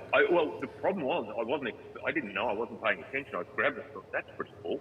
And I was like, it was pretty interesting. But Yeah. I tell you, Wisconsin folks like a drink, and Or 5 they're or all 6. Yeah. Everyone's super nice, and it's a great place to visit. I really enjoy it going down there or up there, I guess. Yeah, you get up into the small communities where they're doing all the timber work. Those people, they'll drink you under the table. Yeah. Well, I did drive through the great state of Indiana to get there, so next time I'll stop. You should stop by and see us, yes. Let us Yeah. know when you're Yeah, coming through be next happy time. to. We'll make sure everyone's here hanging out. I got a whole nother Yeah, house well, you I- can stay at. True. Yeah, exactly. Airbnb Mike. Yeah. You ain't bitter though. I'm not bitter. I digress. No. So Mike's trying to sell a house right now, so he's Perfect. Yeah. I won't even, Slightly bitter. I'll just be out before the people come through and look at it. Got to get them first. I'll sleep on top of the mattress. I won't sleep on top of the bed. I'll just bring my sleeping bag. They won't even know it's there. Done. Cheers. Cool. Okay, so I don't know about everybody else, but I'm on to our second cigar. I'm just in the final third of the Rob, first one. remind me what it is that we're smoking here. That's the Crowned Heads Jericho Hill. So I don't Heel. I don't think I've had this, and it immediately little pepper right at the tip of the tongue. Yeah. Like It leans towards that black pepper kind of thing going. It's marketed as a pepper explosion. Yeah. I would call it a pepper. I've actually been kind of not retro-hailing it yet because I'm a little Yeah, I'm a little concerned. worried. It's not that bad. I don't want to cry It's on not video too- again. Yeah, exactly. It's not not make that me bad. cry. But this is really good, and it's going very nicely with this rye. I'll get into it here shortly. It's bringing out. I did not really get any mint out of this really at all, but then with this cigar, it's getting pulling it now? just a little hint of that mint that you get from the rye. That's and what I it's love nice. about pairing cigars and whiskey together, because every cigar is going to change whiskey, and every whiskey is going to change your cigar. Mm-hmm. And I think that makes it so much fun. Well, Will's I out would love again. to collaborate, but I killed mine already. So We tried to give you the bottle again. I know. Now I will We've still say, got more to Greg, drink. I'd be curious with you, getting some of these cigars that you're getting, these custom blends, and I was in here the other day, and some gentleman came in from a distributor, and we tried some Hoot and Young. Yeah. And Rob, you had received a Hoot and Young cigar, which again is not infused or anything. It doesn't have the bourbon in it, but it's like they built that cigar to Pair. To go with the pair whiskeys. with Yeah. the whiskey. Yeah. And you're now the second. I mean, we've seen kind of the Maker's Mark cigars and the Pappies, and we know that they're junk. Sorry, they're just not. I mean, they're just not really, something that was marketing thing, designed. It's a marketing thing. It is, Yeah. 100%. Yeah, but Greg, I'm kind of curious. How are you viewing this? Do you think that there's kind of something where we start seeing more of the distilleries potentially work with blenders and get cigars that are, ones that they suggest to be paired with their whiskey? I really, really hope so because look, there is nothing more, Kentucky, nothing more bourbon or nothing more whiskey than a cigar and whiskey. Literally, there's nothing. Amen. And that's why when we, our distillery is in an old farm machinery shop. It had tractors and lawnmowers and all that stuff in it. It had been that for 30 plus years when we bought the property. And so we pressure washed the concrete floors probably 12 times. I don't think they'd ever, there was so much oil and crap everywhere. And so that took a long time. But what it allowed us to do was we had a blank slate and our tasting room's pretty big. And I was just like, you know what? I always wanted to have a walk-in cigar humidor at home, which I've never been allowed to, of course. And then, I said, let's build a good-sized humidor at the distillery. And, it took us a good 6 or 8 months to get it stocked how we wanted it because we didn't have the money to just fill it up with stuff. But it's gone great. We sell a lot of cigars now. And what we're doing at the distillery, and I mentioned before that we're just breaking ground and doing some expansion already and that sort of thing. We're building a 70 by 40 covered deck in the front of the distillery under the main roof, which we're building primarily for doing cigars with whiskey pairings. And so you'll be able to come into Larrikin and, there's different experiences you can do, single barrels or whatever. But one of those will be a whiskey pairing or a whiskey tasting. So you can go and do say 4 or 5 tastings and try all our bourbon, but we'll pair it with a cigar. Awesome. Perfect. And what we're going to do is have 2 or 3 different cigars that you can choose from sort of off the rack, as it were. One of them will be ours, and we'll have another couple to mix it up. Or if you want to get something more ultra premium, you want to get a Macanudo, or you want to get whatever it is, or one of the other ones that Chris finds, you can do that. But you'll be able to sit there and do your tasting and have a cigar and see how they pair together with the different whiskeys and all that sort of stuff. And if you just want to come in and get a old fashioned or a straight pour, you'll be able to sit on the deck, have your drink, and have a cigar and sit around and talk. And we're building a couple of 2 or 3 fire pits on the grass in front of that, putting some big mature trees and things in down there.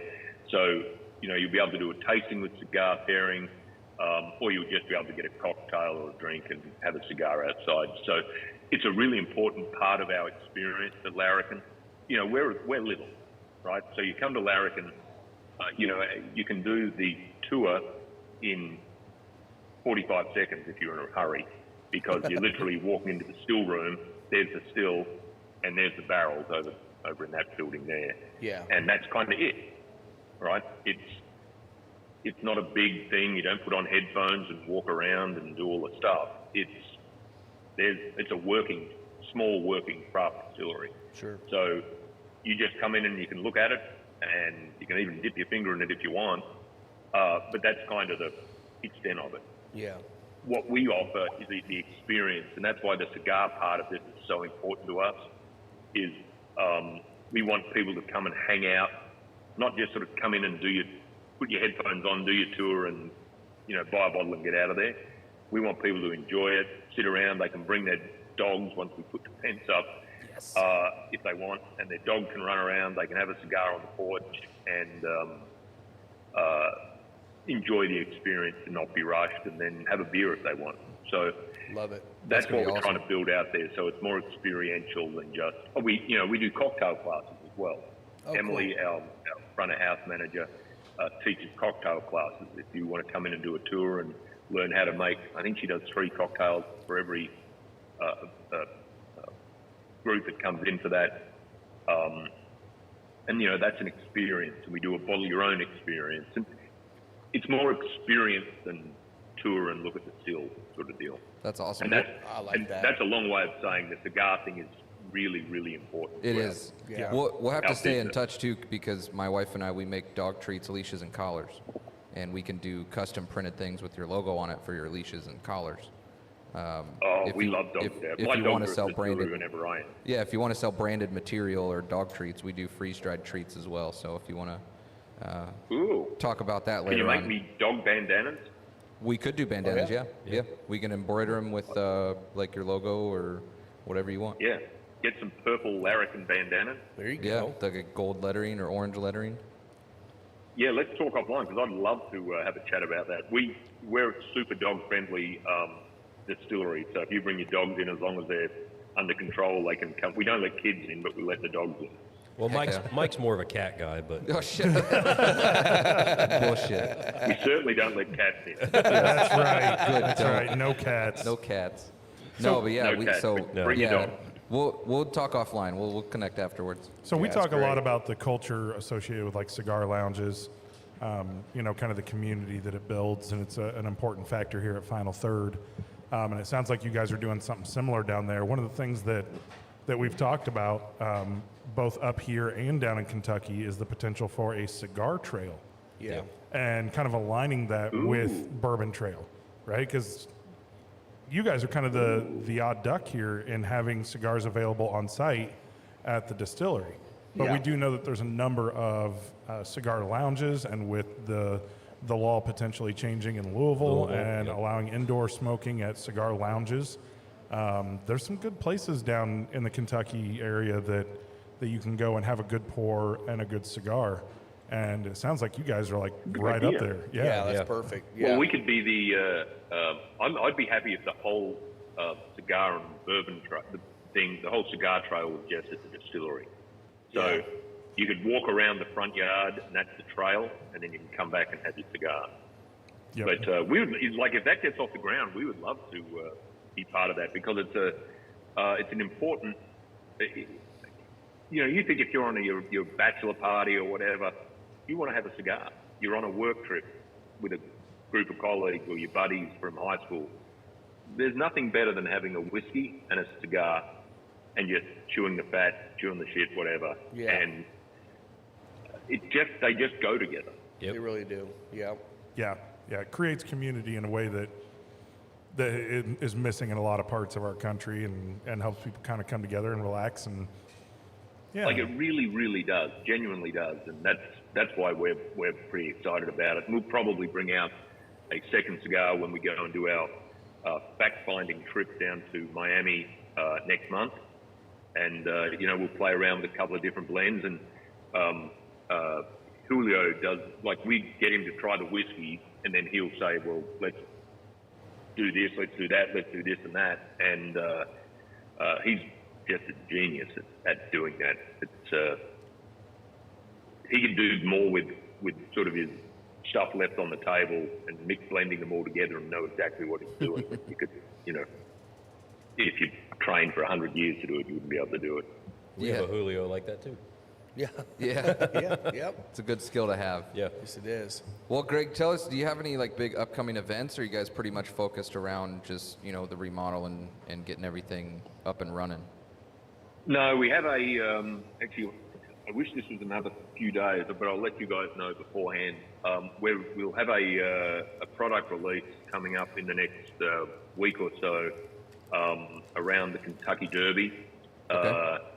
It's a new line for it. It's a product release. Like, think of when we did Bottle in Bond. That's a mainstream product for us now. This will also be a mainstream product. Nice. One thing we do at Larrikin is try and do things, you know, the Larrikin way, you know, a little bit different. So, you know, if we're putting out a single barrels, which we do on bourbon and rye all the time, we don't like announce that or anything. That's just our single barrel.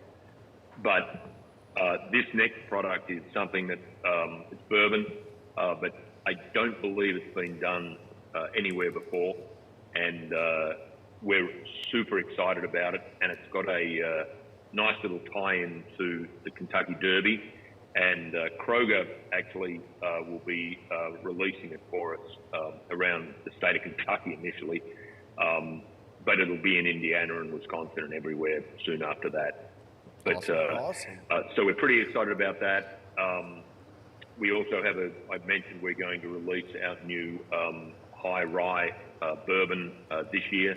We'll probably have a couple of expressions of that, a higher proof, older expression, and a sort of a 5-year-old also. And then we're also leaning heavily into our gin production.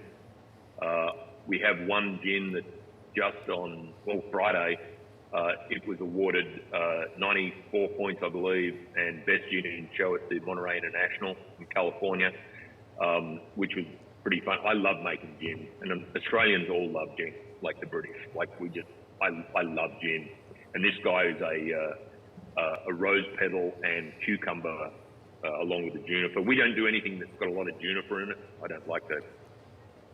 American gins to me taste like a bit pine solely, you know, there's just too much juniper in them. So these are more what they call classic Australian gin, in that it's a lot more citrusy and lighter, sort of without being too syrupy or too minty fresh.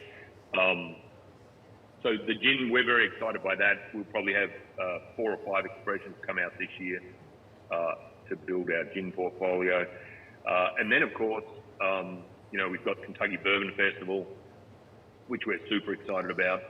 We love Bourbon Fest, and we've got bourbon on the banks. Yesterday, we did the Mac and Cheese Festival and nice. Bourbon Festival in Frankfort, Kentucky. I didn't get to go because I was driving back from Wisconsin, but apparently there was a lot of mac and cheese and bourbon. So what's not to like about that? Yeah. So yeah, we've got a couple of big announcements, and then of course, once we, you know, we'll have a grand opening for the new facility, or the expanded facility, whenever that gets finished, which will be pretty fun.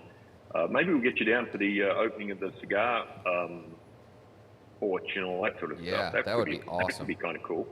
That would be amazing.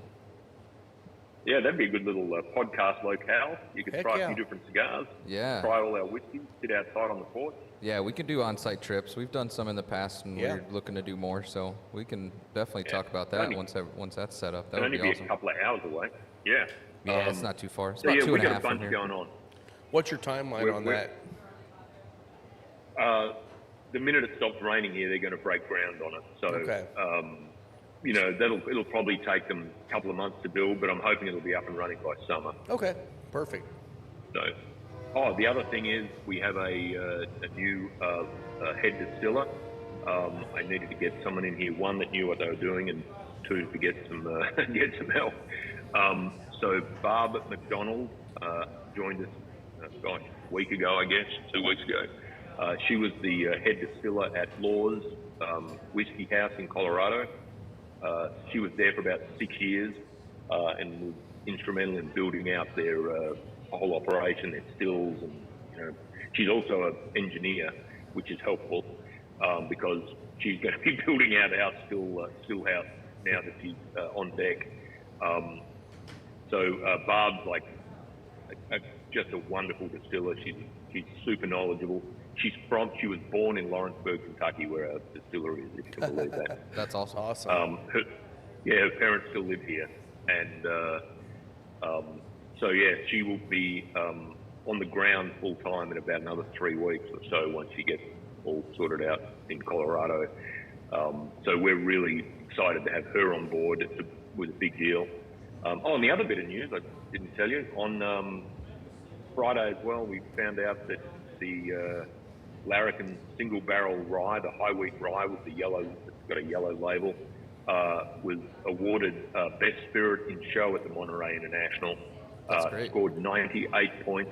Oh, Damn. nice. Wow. Yeah, it won best whiskey, best rye, best spirit, won the President's Citation, something else.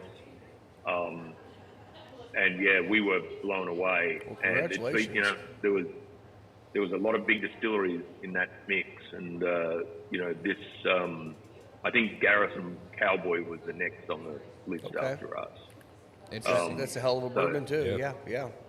So I got to ask you So too. yeah, 98 points, which was we were pretty stoked about. That's amazing. Yeah, that's great. So I got to ask you what you think or know about your neighbors down the road, just a little bit of Old Commonwealth. Not much. I know they've been facing challenges with the county and planning and all that sort of stuff, which has delayed them a lot. Shucks. But insofar as what they're making or doing, I don't really know. I've met a couple of the guys, but not for probably 12 months when they were sort of starting out. It's in it's about probably 10 or 15 minutes from us. Yeah, it's pretty close to you guys. Yeah, it's right on the water there. I'm excited that there's another, smaller.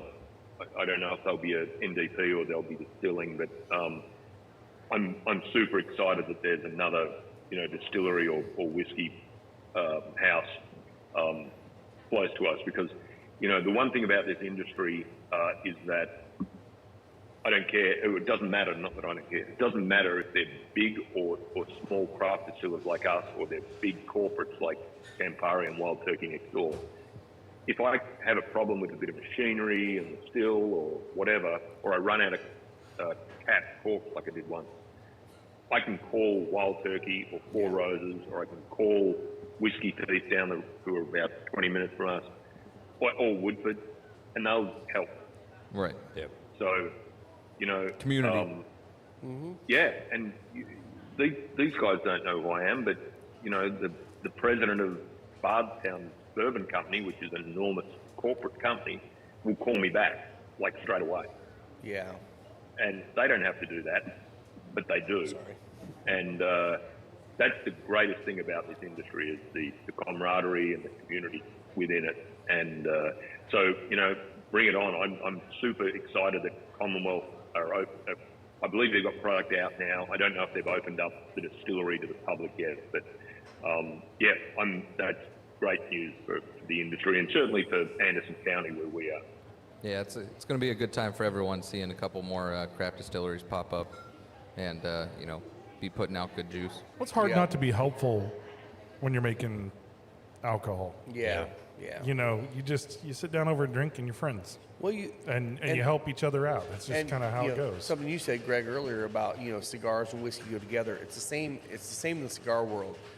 Cigar world and whiskey world seem like this massive, group of people, but it's really a small knit group of people that It really is. that really want to see other people succeed. The more distilleries that succeed, the better it is for everybody. Same way with cigars.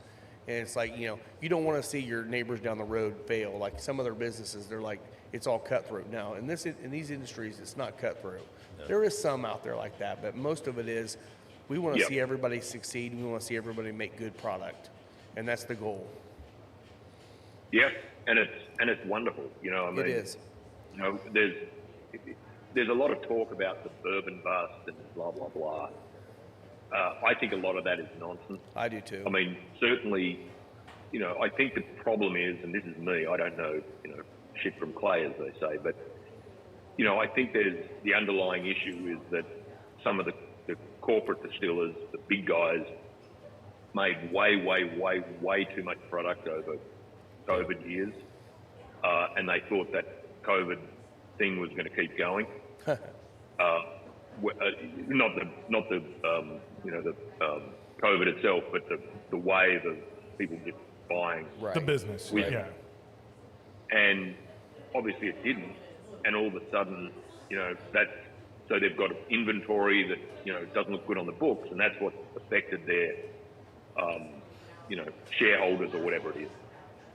And then obviously the tariffs that we're being saddled with are additionally very unhelpful.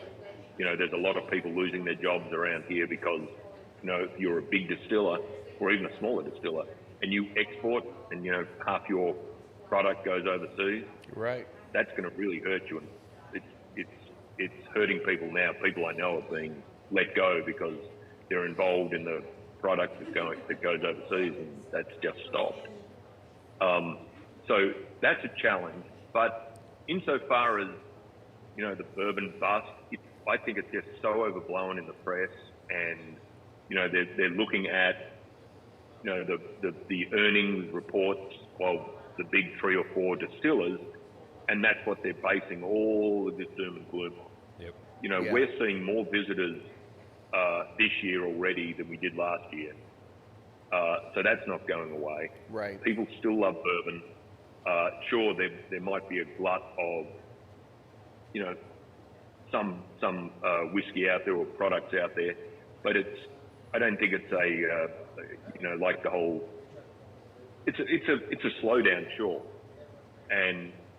but that happens in every industry. It happens in the auto industry. It happens in everything. But I There's think always it's, ebbs and so- flows. I think it's mostly, if you ask me, the bust is about secondary. I agree. That's where I was It has gonna go. nothing to do with mainstream. You know, the only reason that these big guys are seeing a drop in their sales is because the secondary people are not out there getting the money that they used to get, because it's like they were all selling to each other. Yeah. Exactly. You know, that's what Yeah. it was. It was all a bunch of horse trading with bourbons and trying to Yeah. prop up prices. And That's a very good can, point. yeah, and okay, so now there's this glut of whiskey out there, good whiskey, and suddenly people are like, you know, we've been talking about it for 2 years, you know, the last year on the podcast, obviously. It's like, go out and try stuff that you haven't tried before. Yeah. Stop chasing after, you know, a BTEC bottle. Yeah, they're good.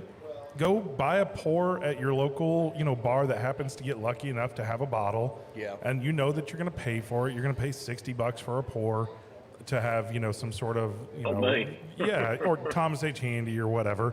Yeah. Fine. Go ahead and do that, but don't waste your time on the bottles. For what you spend on secondary for those, you could buy Larrikin, you could buy 4 or Whiskey 5 bottles. Acres, Yeah, you could buy Ben multiple Holiday, bottles you of could buy stuff all that's these. just as good, if not Yeah, better. these really, Yeah. really good small batch distilleries, and try some stuff. And I think we're starting to see that really take hold. And it's not just the reckless buying, Right. with no end in sight. Well, I think a lot of it is the people that got into bourbon during the boom are not going away. They're just going to stop playing the game. Right. Yep. And I feel like places like you were talking about, Greg, is I think the smaller distilleries making it more of an experience is when it's going to draw people in. That's why Starlight's done so good. They still have an experience Right. to go down there and hang out on the farm and do all the stuff during the day and get to try some good whiskey too. And I think that's what's going to actually drive the boom, you know, going forward, is going to be people wanting to have an experience and actually go out and enjoy, and also enjoy supporting something local. You know, obviously you probably Yep. have a hell of a local following because you're their place. You're in their backyard. They want to create community and they want to be there, so they're going to be there all the time. And that's what I think that people are looking for now more than they're looking for, you know, hunting down a William LaRue Weller or whatever. Yeah, out I was there. talking to Corey yesterday, and he brought up Cedar Ridge. Yeah. And, you know, I've been going out to the Iowa IndyCar race for a few years now, every time I'm out there, I mean, Cedar Ridge is sold here, but I buy it out there, right? Because I'm in Iowa. Yeah. And he said, man, you got to go to the distillery because it's fantastic. And they have a ton of distillery-only releases. So Yeah.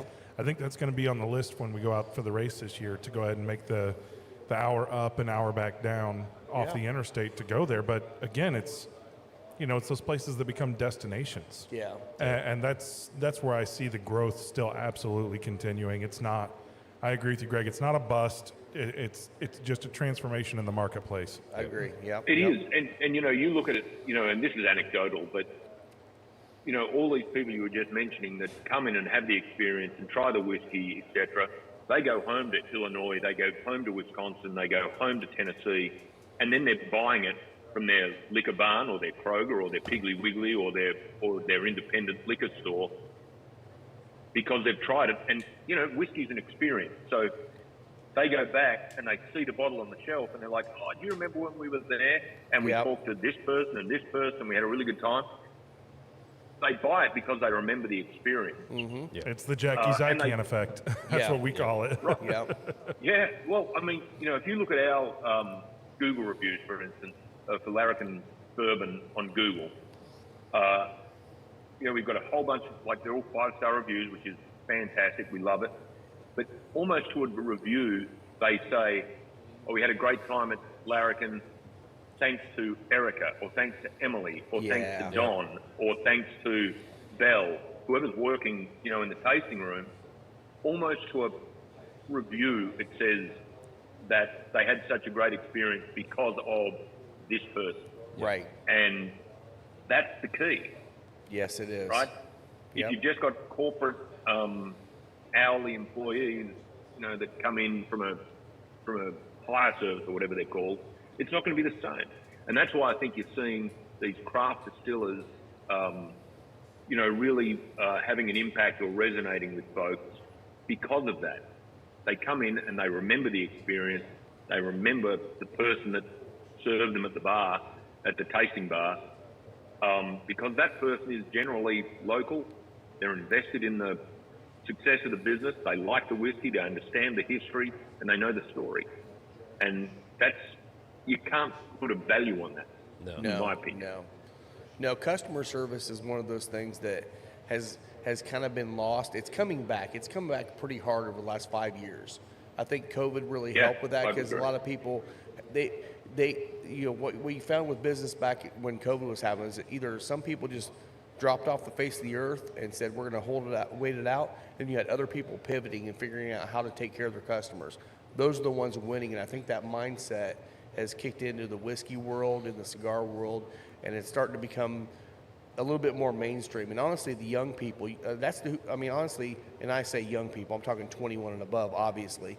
But young people are the people we're actually after right now because, the older people they're going to be fading off at some point. And you want the young people coming in, and they want an experience more than they want to just have a good whiskey or a good cigar. 100%. Yeah. 100%. Well, That's why at the distillery we have Larrikin slushies and we have, Larrikin coffee or Kentucky coffee as we call it, and we have a bourbon cream, which if you guys haven't tried it, you have to. I'll send you some. All right. Yeah, love to try that. Big fans of bourbon cream. But we turn that into a what do you call it? Like it's literally like drinking a root beer float with bourbon cream and and root beer and stuff, because the folks that come in now don't just want mum and dad, old fashioned or bourbon on the rocks or bourbon and dry. They want something different. They want to have something they haven't had at home. Yeah. And I think this is also where the craft distillery thing is really finding its feet now, because I can make a barrel or two of something and try it out. And then the folks can come in and try that at the distillery and buy it at the distillery if they want it. But once that 2 barrels is gone, and I'm sure you see this at Starlight and see it at all these other places. So I can make a whiskey that I might not like, but other folks want to try it. And you can't do that at the big. We love the big guys. We love Wild Turkey and Four Roses. Oh, sure. They've been so great to us. So I'm not sort of trying to dump, bad vibes there. I'm just saying from a experiential thing. It's opened up a whole new world of people that want to come and try the bourbon trail, or just come to the distilleries in Indiana or Ohio or Colorado. Yeah. And and when you go to those other states, I mean, all these big guys are in Kentucky and Indiana, effectively. Yeah. You go to the other states, all you're seeing is craft distilling, which is fantastic. Mm-hmm. Yeah, I think that, the goal of the big guys is way different than the craft distillers, right? I mean, they're looking at international distribution. Exactly. They're looking at number of cases sold. Like, they're trying to create a product that's going to go out to a bunch of grocery stores and liquor stores and sell versus, the craft distiller, to your point, trying to make an experience, trying to, extend that experience back into your house. Yeah, it's where almost you can like go and get that bottle. quality versus quantity kind of thing. It is. Yeah. It is. Yeah. And that's why I think you also don't see, kind of the cutthroat in the Right. industry. It's two totally different markets, Yep. right? Yeah. I mean, you go to We like don't compete with Wild Turkey or Four Roses. And you No. shouldn't Right. try. We just don't. Yeah. And they don't compete with us. They don't care about what we're doing. And what they sell makes no impact on my business either. No. yeah. Like, in a good way. Oh, Yeah. yeah. It's two Yeah. totally It's two different different, markets. But yeah. two different things, yeah. But that's what's nice about having, some craft distilleries around some of the big ones like Wild Right. Turkey or Roses, because, you have a day, and we all know this. You go down on the Kentucky Bourbon Trail, and you might only be able to get 2 or 3 in because the hours are so short. Yeah. It's like, if Right. you get a chance to go to one of the big dogs, you're like, oh, I can't go anywhere else. Oh my God, here we go. Larrikin's right next door. Let's go check them out. All of a sudden now, if someone falls in love with your brand because you're close by, and I like Yep. that. And they sat for 3 hours when they planned to be there for 30 minutes. Exactly. Then they come Yeah. over to your place and actually have a total experience with customer service and all that stuff, and they fall in love with your brand. So that's brilliant, actually. Just be open on Actually- Mondays. Yeah. Yes. If anyone goes to Buffalo Trace, there's a small distillery across the road called J. Mattingly. I Oh, don't yeah. know Oh, if yeah, you we're know very of it. familiar. We know those Robert. well, yeah. That's literally across the street. You can't see it, but Yeah, it's they across stack their the street, containers so- to block it. yeah, I know. Can you believe that? That's That was a pretty great. That was a great FU to them. Yes, just it like was. stacking all their trailers in front of it. Yeah, true story. But and that's why I'm saying go and see those guys once you've gone and grabbed your bottle of Blanton's or whatever. Go over to Mattingly because they're doing some great. Aaron's the master blender there. He's he does some awesome. super great stuff, and we love those guys. Like he'll come up most Sundays to our distillery and bring up stuff he's been playing with, and I get to try it. And he's like, "What do you think of this one? What do you think?" Because our palates are almost identical. Yeah. And it's a great experience. So that's another thing where two small craft distilleries working together to refine products or get ideas and all that sort of stuff. And it's pretty cool. It's really great being involved in that sort of thing. Yeah, Aaron's a cool guy. We've been over there quite a bit. Yeah. It's a cool place. What? And you haven't visited us? Come on. Well, Who will? we will. We'll will. get there. Yes. Definitely. Yeah. We'll get there. Looking forward to it. And this has been awesome. Like, has. the whiskey is absolutely fantastic. I mean, We've you sent all us had 2 one bottle. pours. Like, most of the time we get, some samples and we're going to get 3 or 4 different bottles and we're kind of just tasting through them. I enjoyed this because this bottle was so good. We just sat here and, I mean, the bottle's half gone. Over half gone. Over half Over gone. half gone. Yeah. And we just I've don't only had 3 normally. pours. What are It you might talking be about? Yeah, gone. I'm actually going to get a 3rd pour, I It think. might be gone here before the end of the It day. might be Yeah. gone before the end. But this Yeah. is, this is what we talk about. You're supposed to do. You get a This good is what you're bottle of supposed to bourbon. do, yeah. You sit with your So friends. with friends, have a Share it. cigar. Exactly. Enjoy Exactly. great product. Yeah. That's the whole That's purpose. exactly what it's for. It is, 100%. Exactly. Come get it, Jen. Oh, are you pouring it in there? She's Yeah, getting her there own we pour. go. All right. Oh, here, use mine then.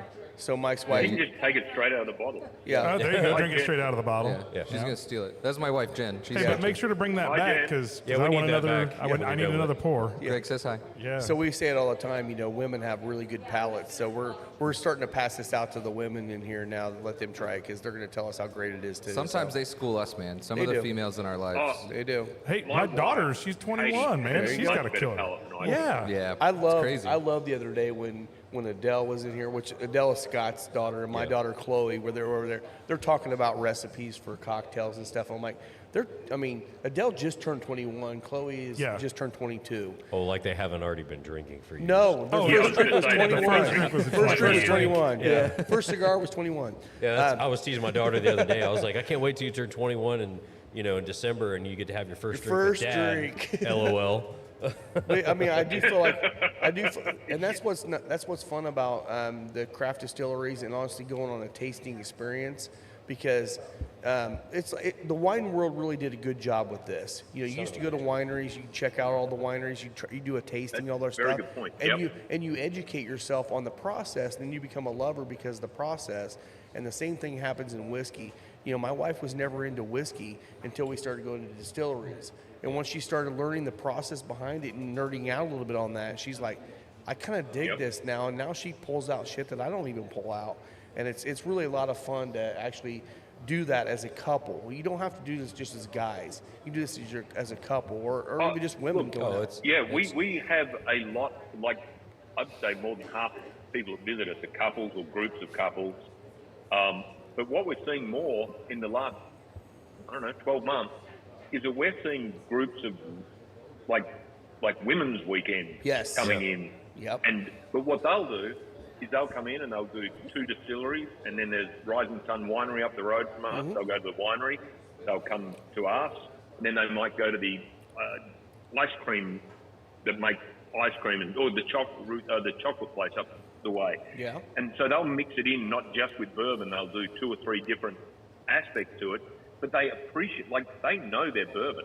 Yes, they do. Yeah. And it's just so great. I mean, our whole, my team at Larrikin, aside from me and Don that works 1 or 2 days a week in the tasting room, is all female. Our entire staff is female. From the still house to production to all the admin and compliance, sales and marketing, it's all female. They get it. Yeah. And and I think part of it too is that they don't have the same inbuilt biases, I only drink Jim Beam, or I only drink this, or I only drink that, because I think by and large the female consumer is pretty new to the market, or that they haven't had their family, they weren't in, their dad wasn't saying here, sitting around with their friends. You know what I mean? They're a new palate. They're open to all the new stuff, and the female market to us, our female visitors are super, super important. Same here. Yeah. Hey, Lisa, grab you a Glen and come over and try this before it's all gone. We've almost killed this bottle. We do know that Will Breeden's trying to call in. Did he get the link for the Zoom? I think I sent it to him. Maybe. He said he's got terrible service. Will Breeden's our 5th usual host on the show. He should have the link in his email. If he's able to join us, then maybe he will. We'll get him on here too, so. Yeah. I managed to join, so it's possible, believe me. He was on a flight on his way to Vail, Says Will Colorado. just joined. It said Oh, on the perfect. screen. All right. Got a tough life. Oh, hey, Will. Hey, Will's here. Larrikin bottle. Get you guys. Will, you on? Are you on here? Oh, he was on, gone. Yeah, he said the service was really bad. I don't know which airport he's in right now. It must suck being in Vail, Colorado. Yeah, I'd assume he flew into Denver. Yeah. Yeah, well, But I think he was supposed to be I feel for in him. Vail The Illuminati's by blocking his 1:30 or signal. so. Well, Yeah. We see Yeah. you, Will. Yeah, I can hear you guys. there he is. Hey, there he Yeah, is. hey, there you are. Yeah, bummed I Welcome. couldn't really join good. today, but sounds like an awesome day, huh? Well, we've drank almost an entire bottle of Larrikin. yeah, sorry, Yep. there's not going to be any left when you get We back. gotta Yeah, save you this. it's- This is what's left. We'll save you that. We'll save you at least a good pour of that. This is Don't save me anything. It might be a He's in 2-ounce Vail, sample. Colorado. So I'll just have to head down to Lawrenceburg and get my own bottle. How about that? There you go. Will, if you tell me you're coming, I'll make sure I'm there, and I'll give you the whole dog and pony show. There you I'd go. love that. You got it, man. You got it.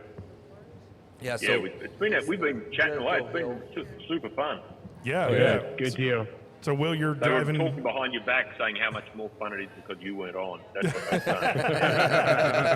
Now you hear they're like, oh, hi, Will. He knows. It's no What can I surprise. say? Today, he's the other Will. Yeah. Yep. Will, you're driving from Denver to Vail right now? Where? He froze. No, I'm driving to Vail Airport, just in my hotel. Yeah. Gotcha. Nice. Right on. I'm driving from just from the airport, so I should be there in about 15, 20 minutes. He's dodging. Did you fly in on dodging your private elks. jet? Will's got his own private jet. Yeah. Well, Will is a newly graced ascot with Fred Minnick, so he just got that at the end of last year. So we're proud to have Will and the team here and American Spirits Council. At We Tasters. lovingly call him our Ass Hat Award member. So. Yes. Yep. He's got a hell of a palate. I'm surprised he got that award before me. Speaking of Fred Minnick, the decade cognac that you're drinking was named in Fred's top 100 Top whiskeys in 100, America Yes. Yeah, last year. I saw that on here. So I keep forgetting about that, and which was like I don't even know where he got it from. So we didn't send it to him or anything.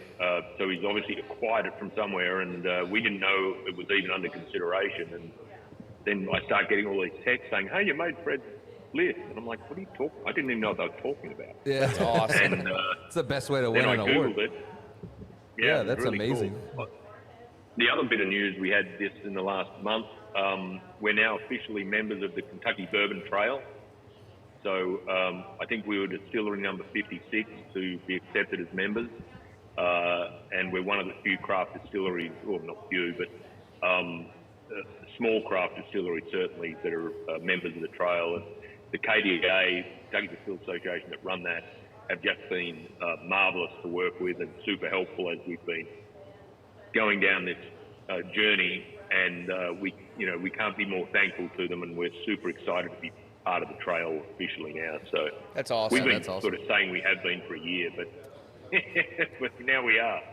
Now it's official. Yeah, that's great news, man. Now it's And official. we'll stay in touch on the whole cigar trail thing too, because we've Yeah. been talking about that for a couple months. So maybe we just need to put a committee together and start doing that. Yeah. And then And start, I've got a young couple guy of wants to do ideas it. for you as well for people that might be part of that. yeah, heck yeah. Cool. We'll stay connected. We don't want to take up Yep. all your afternoon, so we'll let you go here. I we will gotta say wrap up. you do have the prestigious award of being probably the first bottle we've gotten that we're probably going to kill on the show. On the show. Ever. Yep, I don't think ever. we've ever killed an Awesome. entire bottle. Yeah, Will, I think you're going to get a 2-ounce sample bottle. That's about it. We'll have a little bit for Yeah. you. Will's Yeah. gonna have to drive down and get his own bottle. He for can sure. sniff the bottle when Yeah. it's done. It's fine. We'll You can save bring the his cork. jet down. Yeah, he can bring his jet down. Yeah, exactly. Mr. Exactly. Ascot Can we Award. get like a certificate or something for that we can put up at the distillery? We Yeah, need like a to. welcome Will Breeden. Yeah. No, that you killed the. That you We killed the bottle. Oh yeah, yes. yeah. Oh, yep. yeah. The first bottle kill from We'll shadow sample. box it and Like bring we it would, down. You I can would hang it on the seriously wall. put that certificate on the wall. Yes. Okay. Well, now you've tasked me. I'll make that and I'll send it to you. There you go. Yeah, alongside we'll put it next to our Ascot Award. Yes. There you go. We're gonna make the wall, guys. All right. I feel Hell good yeah. about this. I feel great about this. Yes. All right, so Greg from Larrikin, if you haven't tried Larrikin yet, look for it on shelves everywhere. Yes. Its stuff is fantastic. So We've good. obviously been enjoying it. Make sure and get down to Larrikin, Yes. down there by Four Roses and Yep. Wild Turkey. So, Yeah, you know, we're literally next door to Wild Turkey. Can't Okay. miss it. perfect. Sounds Literally like a road can't trip miss it. ready to happen. Yeah. I like it. We're We'll make definitely it gonna happen. road trip down there to see you in Yeah, the look- summertime. So Yeah, keep looking out in this summer for a podcast coming down there. So we'll be yeah, down there for sure. stay tuned for that. I'll make sure I'm not there, or we'll lock the gate. Oh no, you're going to be there. You're going to help us kill a couple bottles. Yeah. Yep. Twist my arm. I know. I Okay. know. It's a hard job. All right, Greg. Well, thanks for joining us today, taking time Yeah, off the buddy. farm. We appreciate you being here and telling us all about Larrikin and your brand and kind of what you guys are all about. So, cheers to you, brother. Yeah, and where can they Yeah, follow you? thanks, boys. Where can people find you Oh on yeah, social media and Instagram. everything? It's just Larrikin is at Larrikin Bourbon. That's both Instagram and Facebook. And on Instagram, I'm Larrikin Distiller.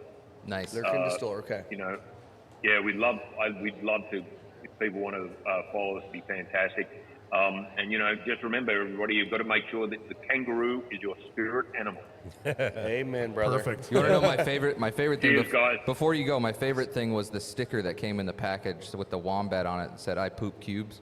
Oh yeah, that's our gin. Yeah, Yeah. Fat Wombat gin. I love the Fat Wombat. Love it. Wombat. We'll have to Love get it. some of that too. Fantastic. They really do poop cubes. They're like little brown sugar cubes. I had to look it up. Yeah, I had to look it up. I believe you. I they know make, it now. I'm sure they make coffee out of that. Yeah. Right, right. Oh, right, Greg. don't say that. Come on. Cheers, brother. Thanks for Hey, joining us. thanks a man. lot, Greg. Cheers, Thanks, buddy. boys. Cheers. See you. Cheers. Have a good one. All right, Greg from what a Larrikin. good dude, man. We still got Will on? No, Will dropped off. Yeah, I figured he's. Why don't we pay a bill real quick? I don't have any. Wait, Oh. hold on. I have one. We got one. We got one? We'll pay a bill real quick. All right, Hold on. I'm holding. Hold on. We're waiting. Calling all dog lovers. Say hello to Spencer Lee's, offering freeze-dried pet treats crafted with care and bursting with flavor. Spencer Lee's treats are the ultimate reward for your four-legged friend. Made from single ingredients and freeze-dried to perfection, these treats are packed with all the goodness your pup craves. Be sure to visit Spencer Lee's on Facebook or Instagram for updates and website information. All right, There it so is. holy shit, this is good bourbon. Yes, it is. Rye whiskey, I should say. This is rye, but Rye. man, I love that he puts the focus on making good whiskey. Like even with the finishes, he's like, Yeah. I don't want to overdo it. I don't want this to be something that's not bourbon or rye whiskey. Right. Right, and that is Well, and so his whole refreshing. aspect too with it, I don't want the burn at the finish. Yeah. That makes you want to go back and keep drinking. As I've it's demonstrated. 122.4 proof, and we're like just hammering this stuff down. Mine's like gone already. Like we Yeah. haven't drank for a week, and I've been drinking for a week. Yeah. I never stopped. And Right. Well, and like, okay, so the first sip, I'm like, okay, this is 100% just like corn husks. Yeah. Corn husks and rye. And I'm like, okay, that could be a good thing. It could be a bad thing. But then it expands. Second sip, and you're like, holy crap. The You and I flavor both looked at popped. each other after taking a sip, and we Yeah. were both like, I know. wow, Yeah. okay. Yeah, it was very good, very good. Yeah, yeah. Looking forward to trying more Larrikin. I am too, man. Yep, yep. This is right up there with those brands I think that we've talked about, like High Bank and Whiskey Acres and Chattanooga. That Yeah. yeah, if you haven't They're tried doing something this, special. Yeah. yeah, I mean you got to try this stuff, right? I mean this is the whiskey worth going after. What's the take from the peanut gallery out there? What do you guys think? Yay. Oh, it's Oh, very you smooth. son of a bitch. It's smooth. Damn it! You had to do that, didn't you? She was looking right at you when she Thanks said a it, lot. too. I know. Very Yeah. smooth. Did you get any oatmeal? Did Yeah. you notice that Greg called it approachable? He did not call it smooth. He called it approachable. did say There you go. approachable. I didn't hear that, but yeah. Yeah. Even Lisa's laughing behind the bar, and she has no Yeah, idea what we're talking yeah, about. She didn't know what I'm talking about. smooth. Yeah, yeah. It's very smooth. So I did hear back from old Homestead. Yeah, they actually reached back out and said they want us to come yeah, down yeah. after they get it opened up. So they're going to reach out to me and we'll get something set up over here next couple months. Good. Right when it Yeah, gets see them warm. too. Yeah, yeah, which would be perfect. Hey, Yeah, late the June would lake, not be a problem at all. Yep. Get out there in get the us a lake. and- pontoon. All right, we got one more read that we're just going to fit in here right at the end. I don't have the video for it yet, so Scott's Okay. got to read it, and we'll record it later. All right, so obviously we're super excited about having Harrah's as a sponsor again. We're going to be there on Tuesdays, starting in like the May-ish time frame, late May, early June. Early June. Let me just tell you, Harrah's. Experience the thrill of live harness racing action at Harrah's Hoosier Park Racing and Casino now through November 29th. To go along with live racing, guests can enjoy free-to-play nightly handicapping contests, great dining at our outlets, in addition to slots and table games in our casino. Visit www.harrahshoosierpark.com for more information.